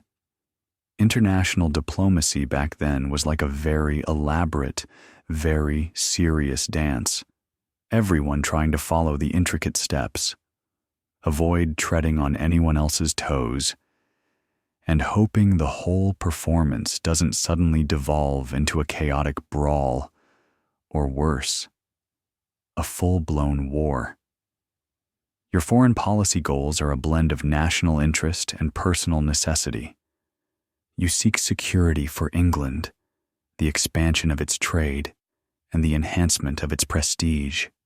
But you also desperately need money to fund your government, to lessen your dependence on a frequently uncooperative parliament, and perhaps to support that rather splendid court we visited earlier. Your experiences in exile, where you were a pawn in the games of European rulers, have taught you the harsh realities of international politics. You are determined to be a player, not just a piece on the board. Much of your reign is dominated by your relationship with your two powerful neighbors, France and the Dutch Republic. With the Dutch, it's a fierce commercial and maritime rivalry that erupts into a series of Anglo-Dutch wars. These conflicts are brutal, costly, and largely fought at sea, with famous battles and shifting fortunes. Control of lucrative trade routes is the main prize. One moment you might be allied with other powers against them. The next, circumstances might dictate a grudging cooperation. But it's your relationship with Louis XIV of France that truly defines the most shadowy and controversial aspects of your foreign policy. Louis is rich, powerful, and Catholic. He sees you as a potential ally in his own grand designs to dominate Europe, and you see him as a potential source of the funds you so desperately need. This leads to a complex, often secretive, dance of diplomacy. You admire French culture, and perhaps Louis's model of strong monarchical rule, but you are also wary of becoming his puppet. You certainly needed a good filing system, or an impeccable memory, to keep track of all the clauses, subclauses, and secret codicils in your dealings. The most notorious example of this clandestine diplomacy is the secret Treaty of Dover, negotiated in 1670. Publicly, it's an alliance committing England to join France in a war against the Dutch. But there are secret clauses, known only to a very few trusted individuals. In exchange for substantial French subsidies, gold that will free you from some of Parliament's financial constraints, you promise two explosive things to support French policy more broadly, and, most controversially, to announce your own conversion to Roman Catholicism at an opportune moment, with Louis promising military aid if your conversion sparks rebellion in England. This links directly back to that religious tightrope we saw you walking. It's a breathtaking gamble, a secret that, if revealed, could shatter your reign. One almost imagines you needing a special royal decoder ring to communicate with your cousin Louis about these particularly sensitive matters. Debate continues among diplomatic historians regarding the primary motivations behind Charles II's pro-French policy. Was it driven by genuine financial necessity, a shared strategic vision with Louis XIV, or his personal Catholic sympathies, or a complex interplay of all three? What is clear is that these subsidies from Louis buy you a degree of independence from Parliament, but they also tie England dangerously close to French ambitions and provoke deep suspicion at home, where anti-French and anti-Catholic sentiment runs high. The world of foreign policy in your era is one of constant flux. Alliances shift like desert sands. At one point, you are part of the Triple Alliance with the Dutch Republic and Sweden to counter French expansion. Then, with the Treaty of Dover, you pivot to an alliance with France against the Dutch. This apparent inconsistency can look like cynical opportunism, but it can also be seen as pragmatic realism, adapting to changing circumstances to protect what you perceive as England's core interests, or indeed, your own. You are a skilled negotiator, charming and dissembling by turns, always trying to keep your options open, always aware of the precariousness of your position, both at home and abroad. The lessons learned from your father's downfall, the dangers of appearing inflexible, the need to manage public perception, are never far from your mind. These shadow alliances and secret deals are a dangerous game. They expose you to charges of duplicity, of selling out England's interests, of betraying the Protestant cause. Parliament grows increasingly suspicious of your French connections and your Catholic leanings. The fear of popery and arbitrary government becomes a rallying cry for your opponents. Yet, through it all, you manage to navigate these treacherous currents, using your intelligence, your charm, and your profound understanding of human nature to play a weak hand surprisingly well. You often keep your own counsel, confiding in only a small circle of ministers. Your diplomatic moves veiled in a secrecy that frustrates your enemies and often baffles even your allies.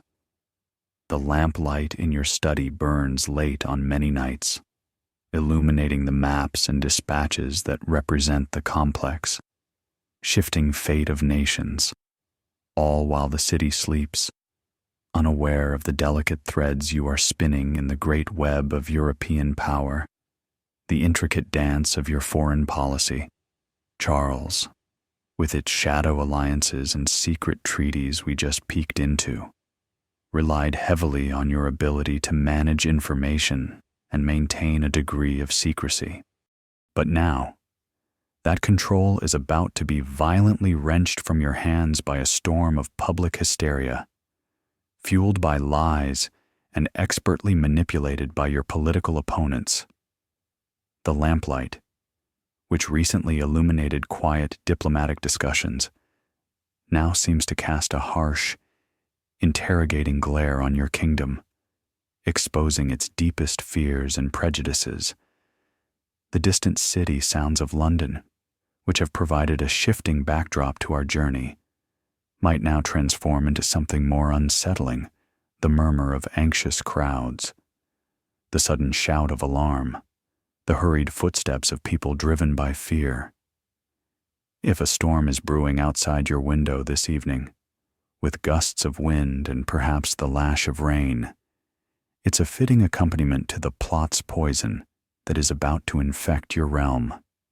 It begins in the summer of 1678 with two rather dubious individuals, a deeply unsavory clergyman named Titus Oates and his equally questionable associate, Israel Tong. Oates, a man with a history of perjury and a flair for the dramatic, comes forward with an astonishing story. He claims to have uncovered a massive, intricate Jesuit plot, the Popish Plot, to assassinate you, Charles, massacre English Protestants, set fire to London again, and place your Catholic brother, James, Duke of York, on the throne as a puppet of the Pope and the King of France. His tale is a lurid tapestry woven with details of secret meetings, Jesuit assassins, and foreign gold. It's the kind of narrative that, in a calmer time, might have been dismissed as the ravings of a madman.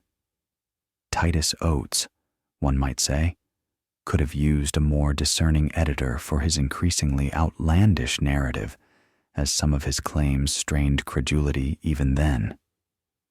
But these are not calm times. The religious divisions we explored, the deep-seated anti-Catholic prejudice that simmered beneath the surface of English society, and the genuine anxiety about your brother's succession create fertile ground for such seeds of paranoia to take root. Your secret dealings with Catholic France, though largely unknown to the public, have nonetheless created a climate of suspicion that your opponents, like the ambitious Earl of Shaftesbury, are all too willing to exploit. It becomes abundantly clear that fake news is not some modern invention.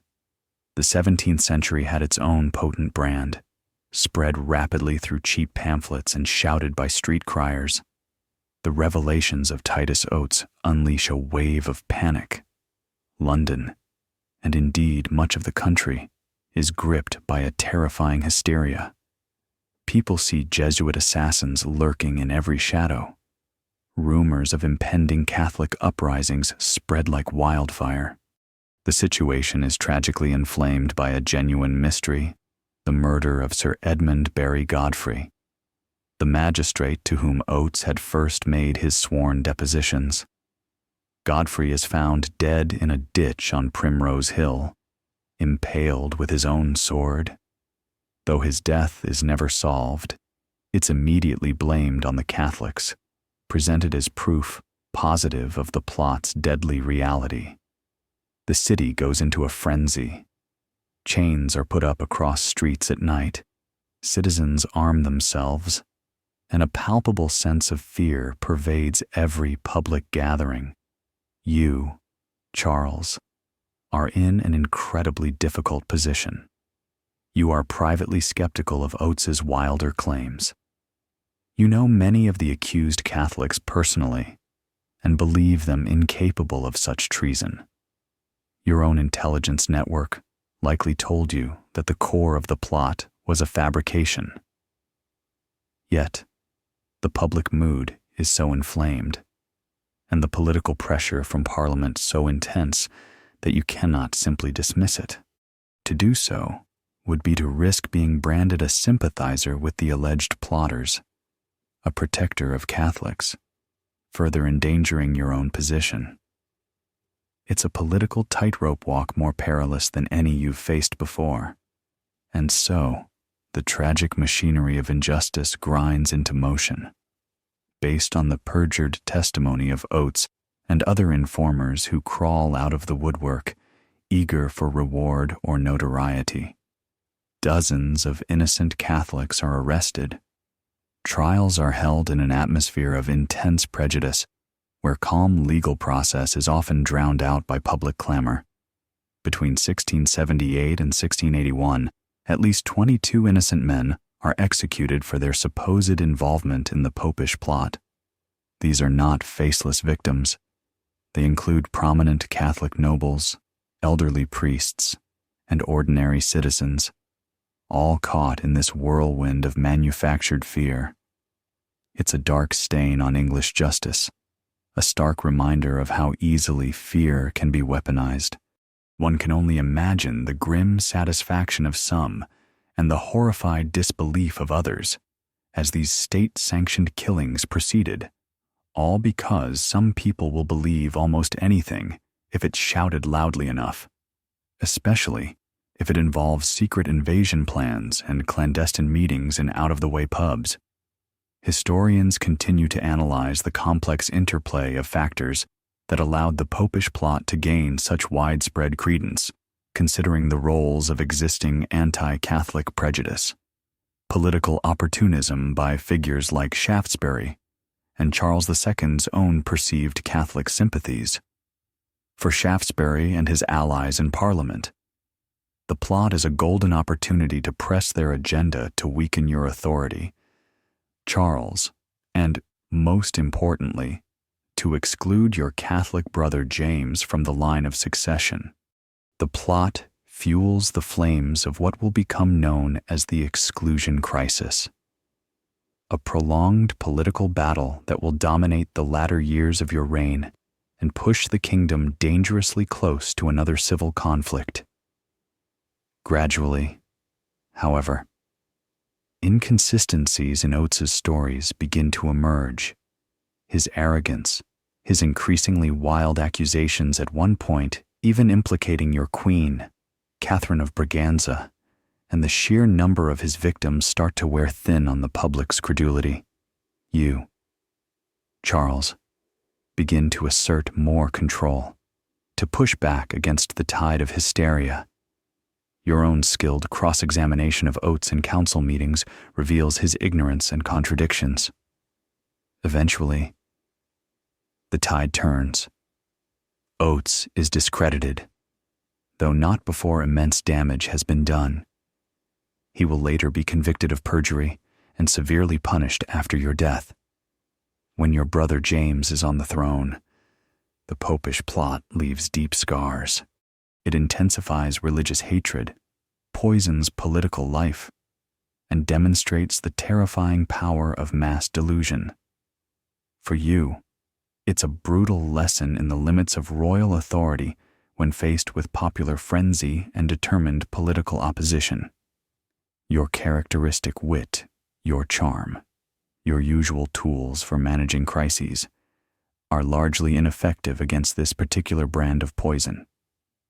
You are forced to watch, and in some cases, to sign the death warrants of men you believe to be innocent, a deeply compromising and no doubt agonizing position for a monarch who, for all his faults, was not inherently cruel. The lamplight of these years illuminates a kingdom caught in a fever dream, a stark reminder that the Merry Monarch often reigned over a deeply troubled and volatile people. The poisonous fallout of the Popish Plot, that manufactured hysteria we just navigated, Charles, doesn't simply dissipate with the discrediting of Titus Oates. Instead, it morphs into a direct, sustained assault on the very foundations of your monarchy, the exclusion crisis. The fear and paranoia, once directed at phantom Jesuit assassins, now coalesce around a very real and prominent figure, your brother and heir, James, Duke of York. The lamplight that recently illuminated the dark corners of conspiracy and unjust trials now shines on the benches of Parliament, where the fate of the succession itself hangs precariously in the balance. The distant sounds of London might carry the argumentative buzz from Westminster Hall, or the hurried cadence of printers churning out yet another inflammatory pamphlet.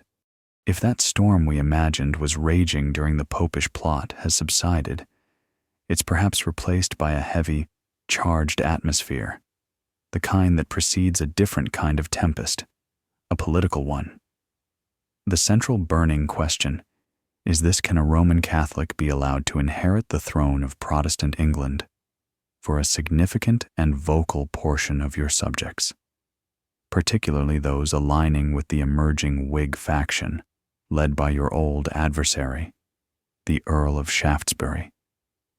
The answer is a resounding no. They are terrified that a Catholic king would mean the erosion of Protestant liberties, the imposition of popery and arbitrary government, and a return to the kind of religious persecution their parents or grandparents experienced. They look at your brother James, with his unwavering Catholicism, and they see not just a man, but a symbol of everything they fear. Trying to get them to accept James as the heir presumptive was about as easy as convincing a particularly stubborn cat that a bath is, in fact, a delightful experience. Thus begins a prolonged and bitter political struggle. Between 1679 and 1681, multiple exclusion bills are introduced in Parliament, each one designed to prevent James from succeeding you. The House of Commons, where Whig influence is strong, passes these bills repeatedly. The debates are fierce, passionate, and often lengthy, a 17th century precursor, perhaps, to the modern filibuster, though undoubtedly with more elaborate rhetoric and certainly more impressive Whigs. On the other side stand the Tories, who coalesce around the principle of hereditary succession, the belief that the crown must pass to the next in line by blood, regardless of their religion, and that to interfere with this sacred right is to invite chaos and undermine the very basis of monarchy.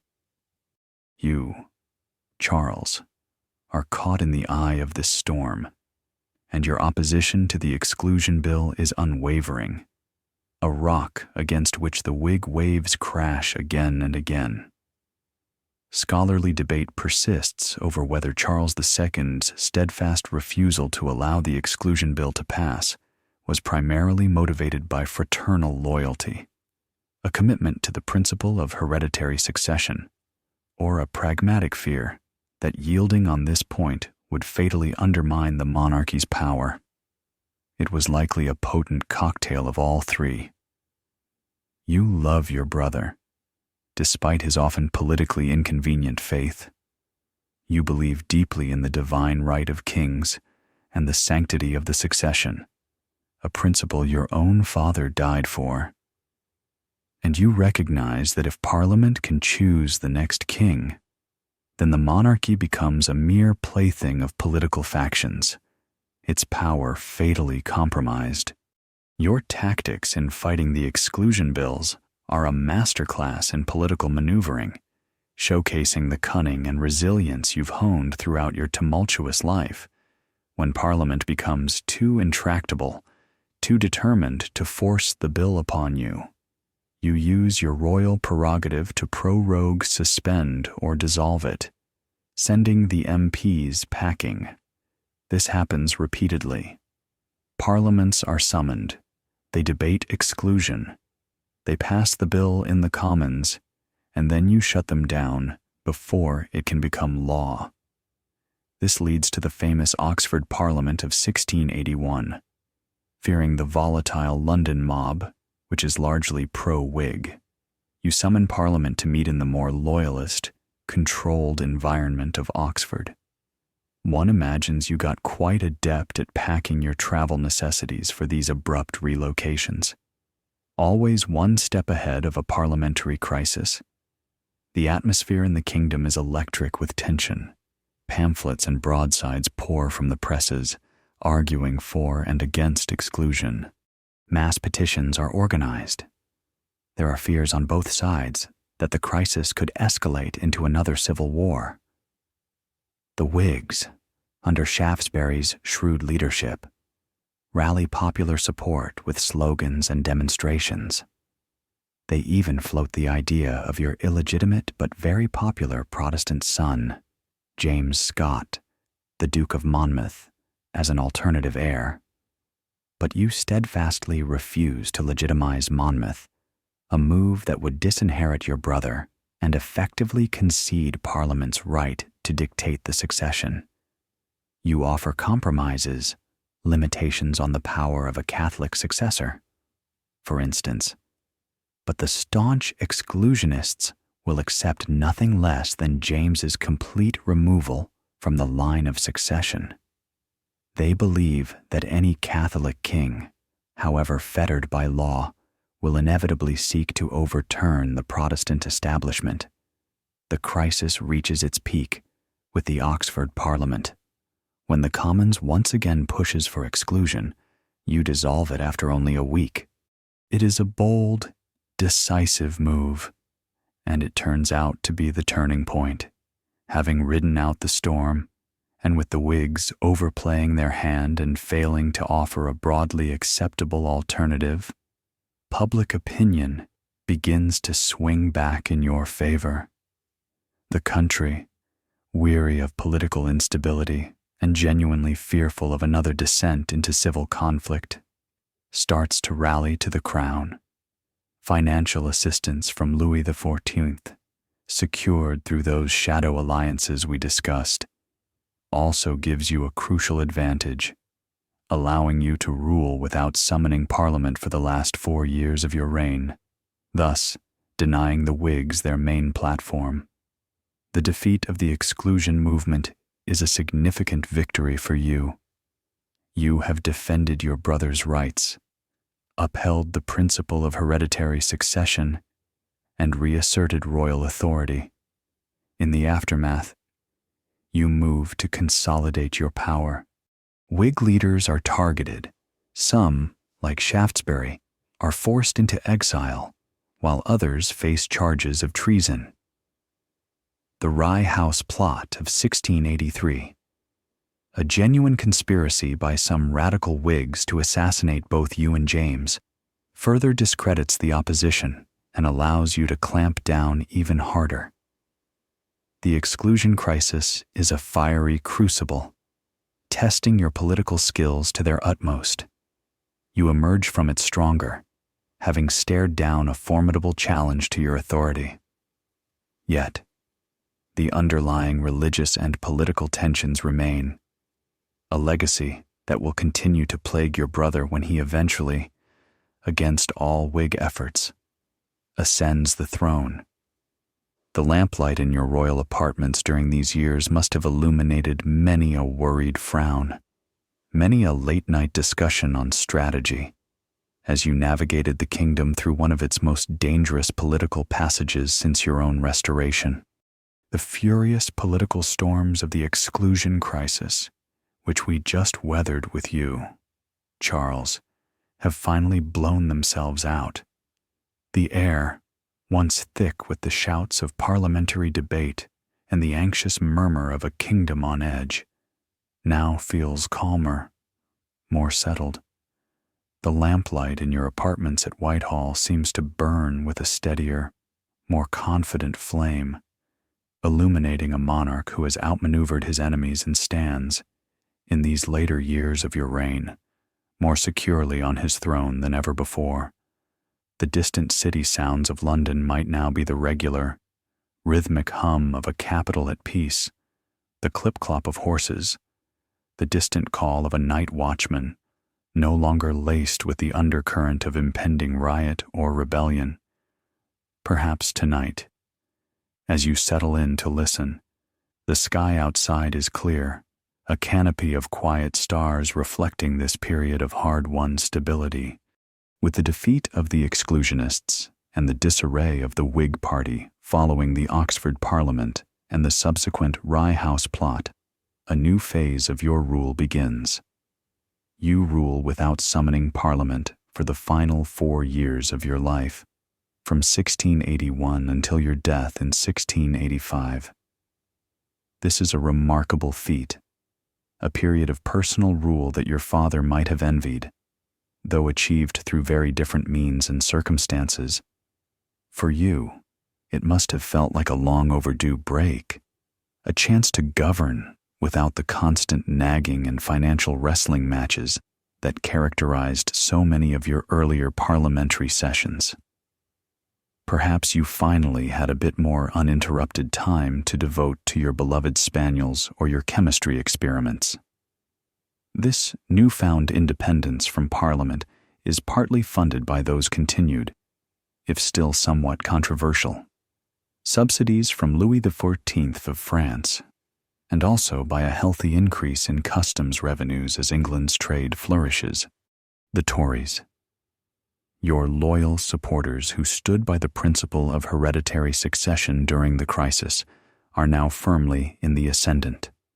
They enjoy their moment in the sun, while the Whigs are scattered, some in exile, others silenced.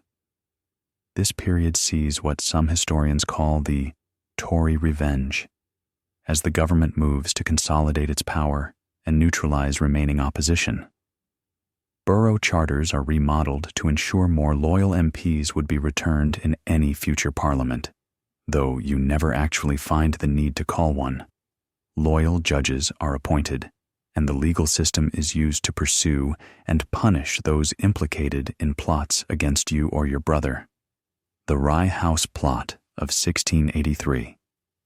A desperate and ill-conceived plan by a small group of radical Whigs to assassinate both you and James as you returned from the Newmarket races, plays directly into your hands. Its discovery and suppression further discredit the Whig cause, painting them as dangerous extremists and regicides in waiting. Public sympathy, already shifting away from the perceived excesses of the exclusion campaign, now rallies more firmly to the crown. It's a grim reminder of the lengths to which some would go. But it also provides you with the justification for a firmer hand. Interpretations differ among historians concerning the extent to which Charles II's final years represented a true Stuart absolutism, or were merely a temporary phase of strengthened monarchy, heavily reliant on favorable circumstances and French financial support. Whatever the academic label, there's no doubt that royal authority is significantly enhanced. You preside over a more streamlined and controlled administration. The Privy Council, once a forum for fierce debate, becomes more compliant. You are, in these years, the undisputed master of your political domain. The Merry Monarch persona is still there. You continue to enjoy the theater, the company of your mistresses, and the pleasures of the court, but it's now underpinned by a steely authority, a quiet confidence born of having faced down existential threats and emerged victorious. Still, one can't help but playfully imagine that, even with all this newfound security, a king with your past experiences probably kept a discreet travel bag packed, just in case. Old habits of a wanderer king would surely die hard. The question of the succession, which had convulsed the kingdom for years, is now, in your eyes at least, firmly settled. James, Duke of York, whatever his religious beliefs, is your undisputed heir. You have defended his right, and in doing so, defended the very principle of monarchy as you understand it. The court, while still a place of elegance and pleasure, is perhaps a little less overtly frenetic than in the early days of the Restoration. There's a sense of order, of established power. the cultural and scientific pursuits you patronized continue to flourish, contributing to a sense of national pride and progress. These last few years are a period of relative domestic peace. The religious tensions haven't vanished. Of course, they remain a deep fault line in English society, but they are suppressed, managed. You have learned, through bitter experience, the art of political survival, and now you reap the rewards of that hard-won knowledge. Your natural charm and affability are still potent tools, but they are now backed by a formidable political machine and a widespread desire among your subjects for stability after decades of turmoil. However, even kings are mortal. As you move into your 50s, your health, perhaps strained by years of stress and indulgence, begins to show signs of decline. Then, in early February 1685, the end comes with shocking suddenness. You suffer an apoplectic fit, a stroke, at Whitehall Palace. For several days, you linger, your physicians subjecting you to the brutal medical treatments of the era, bleeding, purging, blistering, all to no avail. As you lie dying, you famously apologize to those around your bed for being an unconscionable time a-dying, a final flash of that characteristic wit and consideration. And it is in these final hours, as we noted when discussing your faith, that you are secretly received into the Roman Catholic Church. Your death, on February 6, 1685, at the age of 54, marks the end of an era. You leave behind a kingdom transformed from the exhausted, fractured land you inherited at the Restoration. You navigated it through plague and fire, through foreign wars and shadow alliances, through poisonous plots and profound constitutional crises. You leave it relatively peaceful, more prosperous, and with the monarchy itself more powerful than it had been for generations. The lamplight in the royal bedchamber finally dims on a king who, for all his faults and contradictions, had mastered the art of kingship in a turbulent age. The news of your death, Charles, in that February of 1685 has rippled out from the hushed bedchamber in Whitehall, across London, and throughout the kingdoms you fought so long and hard to regain and then to hold. The steady lamplight that illuminated your later, more stable years now seems to soften, to dwindle, casting long, retrospective shadows.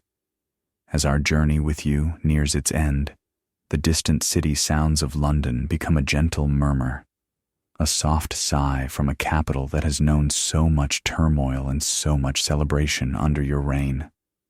Perhaps a very fine, almost invisible rain is falling, or maybe the first hint of a gray dawn is touching the eastern sky, as we pause to reflect on the multifaceted, often contradictory, legacy you leave behind.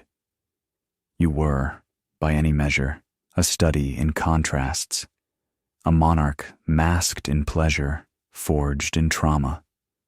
Just as our story's title suggests, the trauma was undeniable, the execution of your father, Charles I, that brutal act which forever shaped your worldview and your approach to kingship.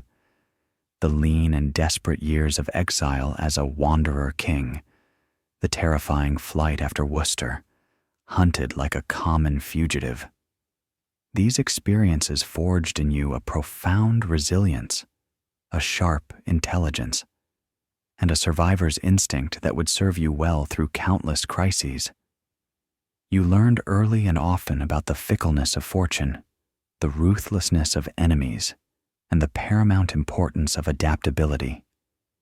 And then there was the mask of pleasure, the Merry Monarch, presiding over a vibrant, often hedonistic court, delighting in theater, music, science, and the company of witty men and beautiful women. Was this your true nature, A genuine joie de vivre? Or was it a carefully constructed performance, designed to win hearts, to disarm opponents, to make monarchy popular again after the grim austerity of the interregnum? Or perhaps, more likely, it was a complex blend of both.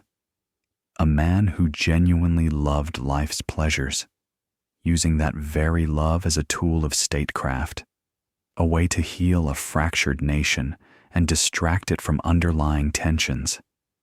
He certainly left behind a notable personal legacy in the form of at least a dozen acknowledged illegitimate children, ensuring the Stuart DNA, if not the direct royal line through him, was generously distributed for generations to come. Your political acumen became legendary. You navigated the treacherous currents of religious division, walking that perilous tightrope between Anglican supremacy, Catholic sympathies, and dissenting grievances. You played the dangerous game of European foreign policy, with its shadow alliances and secret subsidies, often with a skill that belied the weakness of your actual resources. You weathered the storm of the Popish Plot, a period of terrifying national hysteria, and then faced down the concerted efforts of the Whigs to dictate the succession during the Exclusion Crisis, emerging more powerful than before. It's fair to say your reign proved that sometimes a keen political mind, a good sense of timing, and yes, perhaps a dash of that famous luck you had when hiding in oak trees, can be just as vital as a hereditary crown. Assessing Charles II's ultimate success as a monarch remains a nuanced task for historians who weigh his undeniable political astuteness and cultural contributions against criticisms of his hedonism and reliance on foreign powers. Some see you as a cynical, self-indulgent ruler who prioritized personal pleasure and compromised England's interests for French gold. Others view you as a masterful politician, a pragmatist who understood the art of the possible, who restored stability after decades of chaos, and who laid the foundations for a more tolerant and culturally vibrant society, even if by navigating through, rather than resolving, its deepest conflicts. You certainly left your mark on the physical and cultural landscape. The rebuilding of London after the Great Fire, under the genius of Wren, owes much to your patronage. The flourishing of Restoration drama, the establishment of the Royal Society. These are enduring legacies. You found the monarchy abolished and left it, at least for a time, seemingly more secure. You were succeeded by your brother, James II, whose subsequent less flexible and ultimately disastrous reign would starkly highlight your own considerable political skills in managing religious tensions and parliamentary opposition by sheer comparison. It makes one wonder, doesn't it, how you might reflect on it all now. If you could sit with us in the quiet of this fading night, perhaps with a loyal spaniel or two at your feet, would you be amused by the endless debates about your motives? Would you feel vindicated by your successes or regretful of your compromises? How do we, as distant observers, reconcile the king who joked on his deathbed with the king who signed death warrants for men he likely knew were innocent during the Popish Plot? How much did the shadow of that scaffold at Whitehall, where your father met his end, dictate your every move? Was the pursuit of pleasure a flight from the memory of pain, or a calculated strategy for survival and popularity? These are questions that continue to make you one of history's most fascinating and endlessly debatable figures. You were a king who understood human nature, its follies and its strengths, perhaps because you had experienced such a wide spectrum of it yourself, from the heights of royal privilege to the depths of fugitive desperation. As our story of your life, Charles, draws to its close, The initial vivid imagery of your tumultuous times begins to soften. The sharp edges of crisis, the bright glare of courtly revels, the dark shadows of plots and anxieties, they all begin to blend into a more gentle, more thoughtful panorama. The journey has been long, through war-torn childhoods, desperate exiles, triumphant restorations, and the intricate daily business of ruling a restless kingdom. You've walked with us through palace gardens and hidden in oak trees, presided over scientific discovery and navigated deadly political storms. The night is growing very late now, or perhaps very early. The sounds of our shared story are fading, like embers in a dying fire, leaving behind only a warm glow of understanding, a quiet appreciation for the complexities of a life lived so fully, so perilously. Let the echoes of history recede, gently now, like the tide pulling away from a moonlit shore. The need for analysis, for judgment, can rest. Allow your mind to drift, to float on the quiet currents of the night, unburdened by the weight of crowns or the clamor of the past. There is only peace here, in this soft, fading light, a gentle stillness descending as our time together comes to an end. The story is told. Rest now.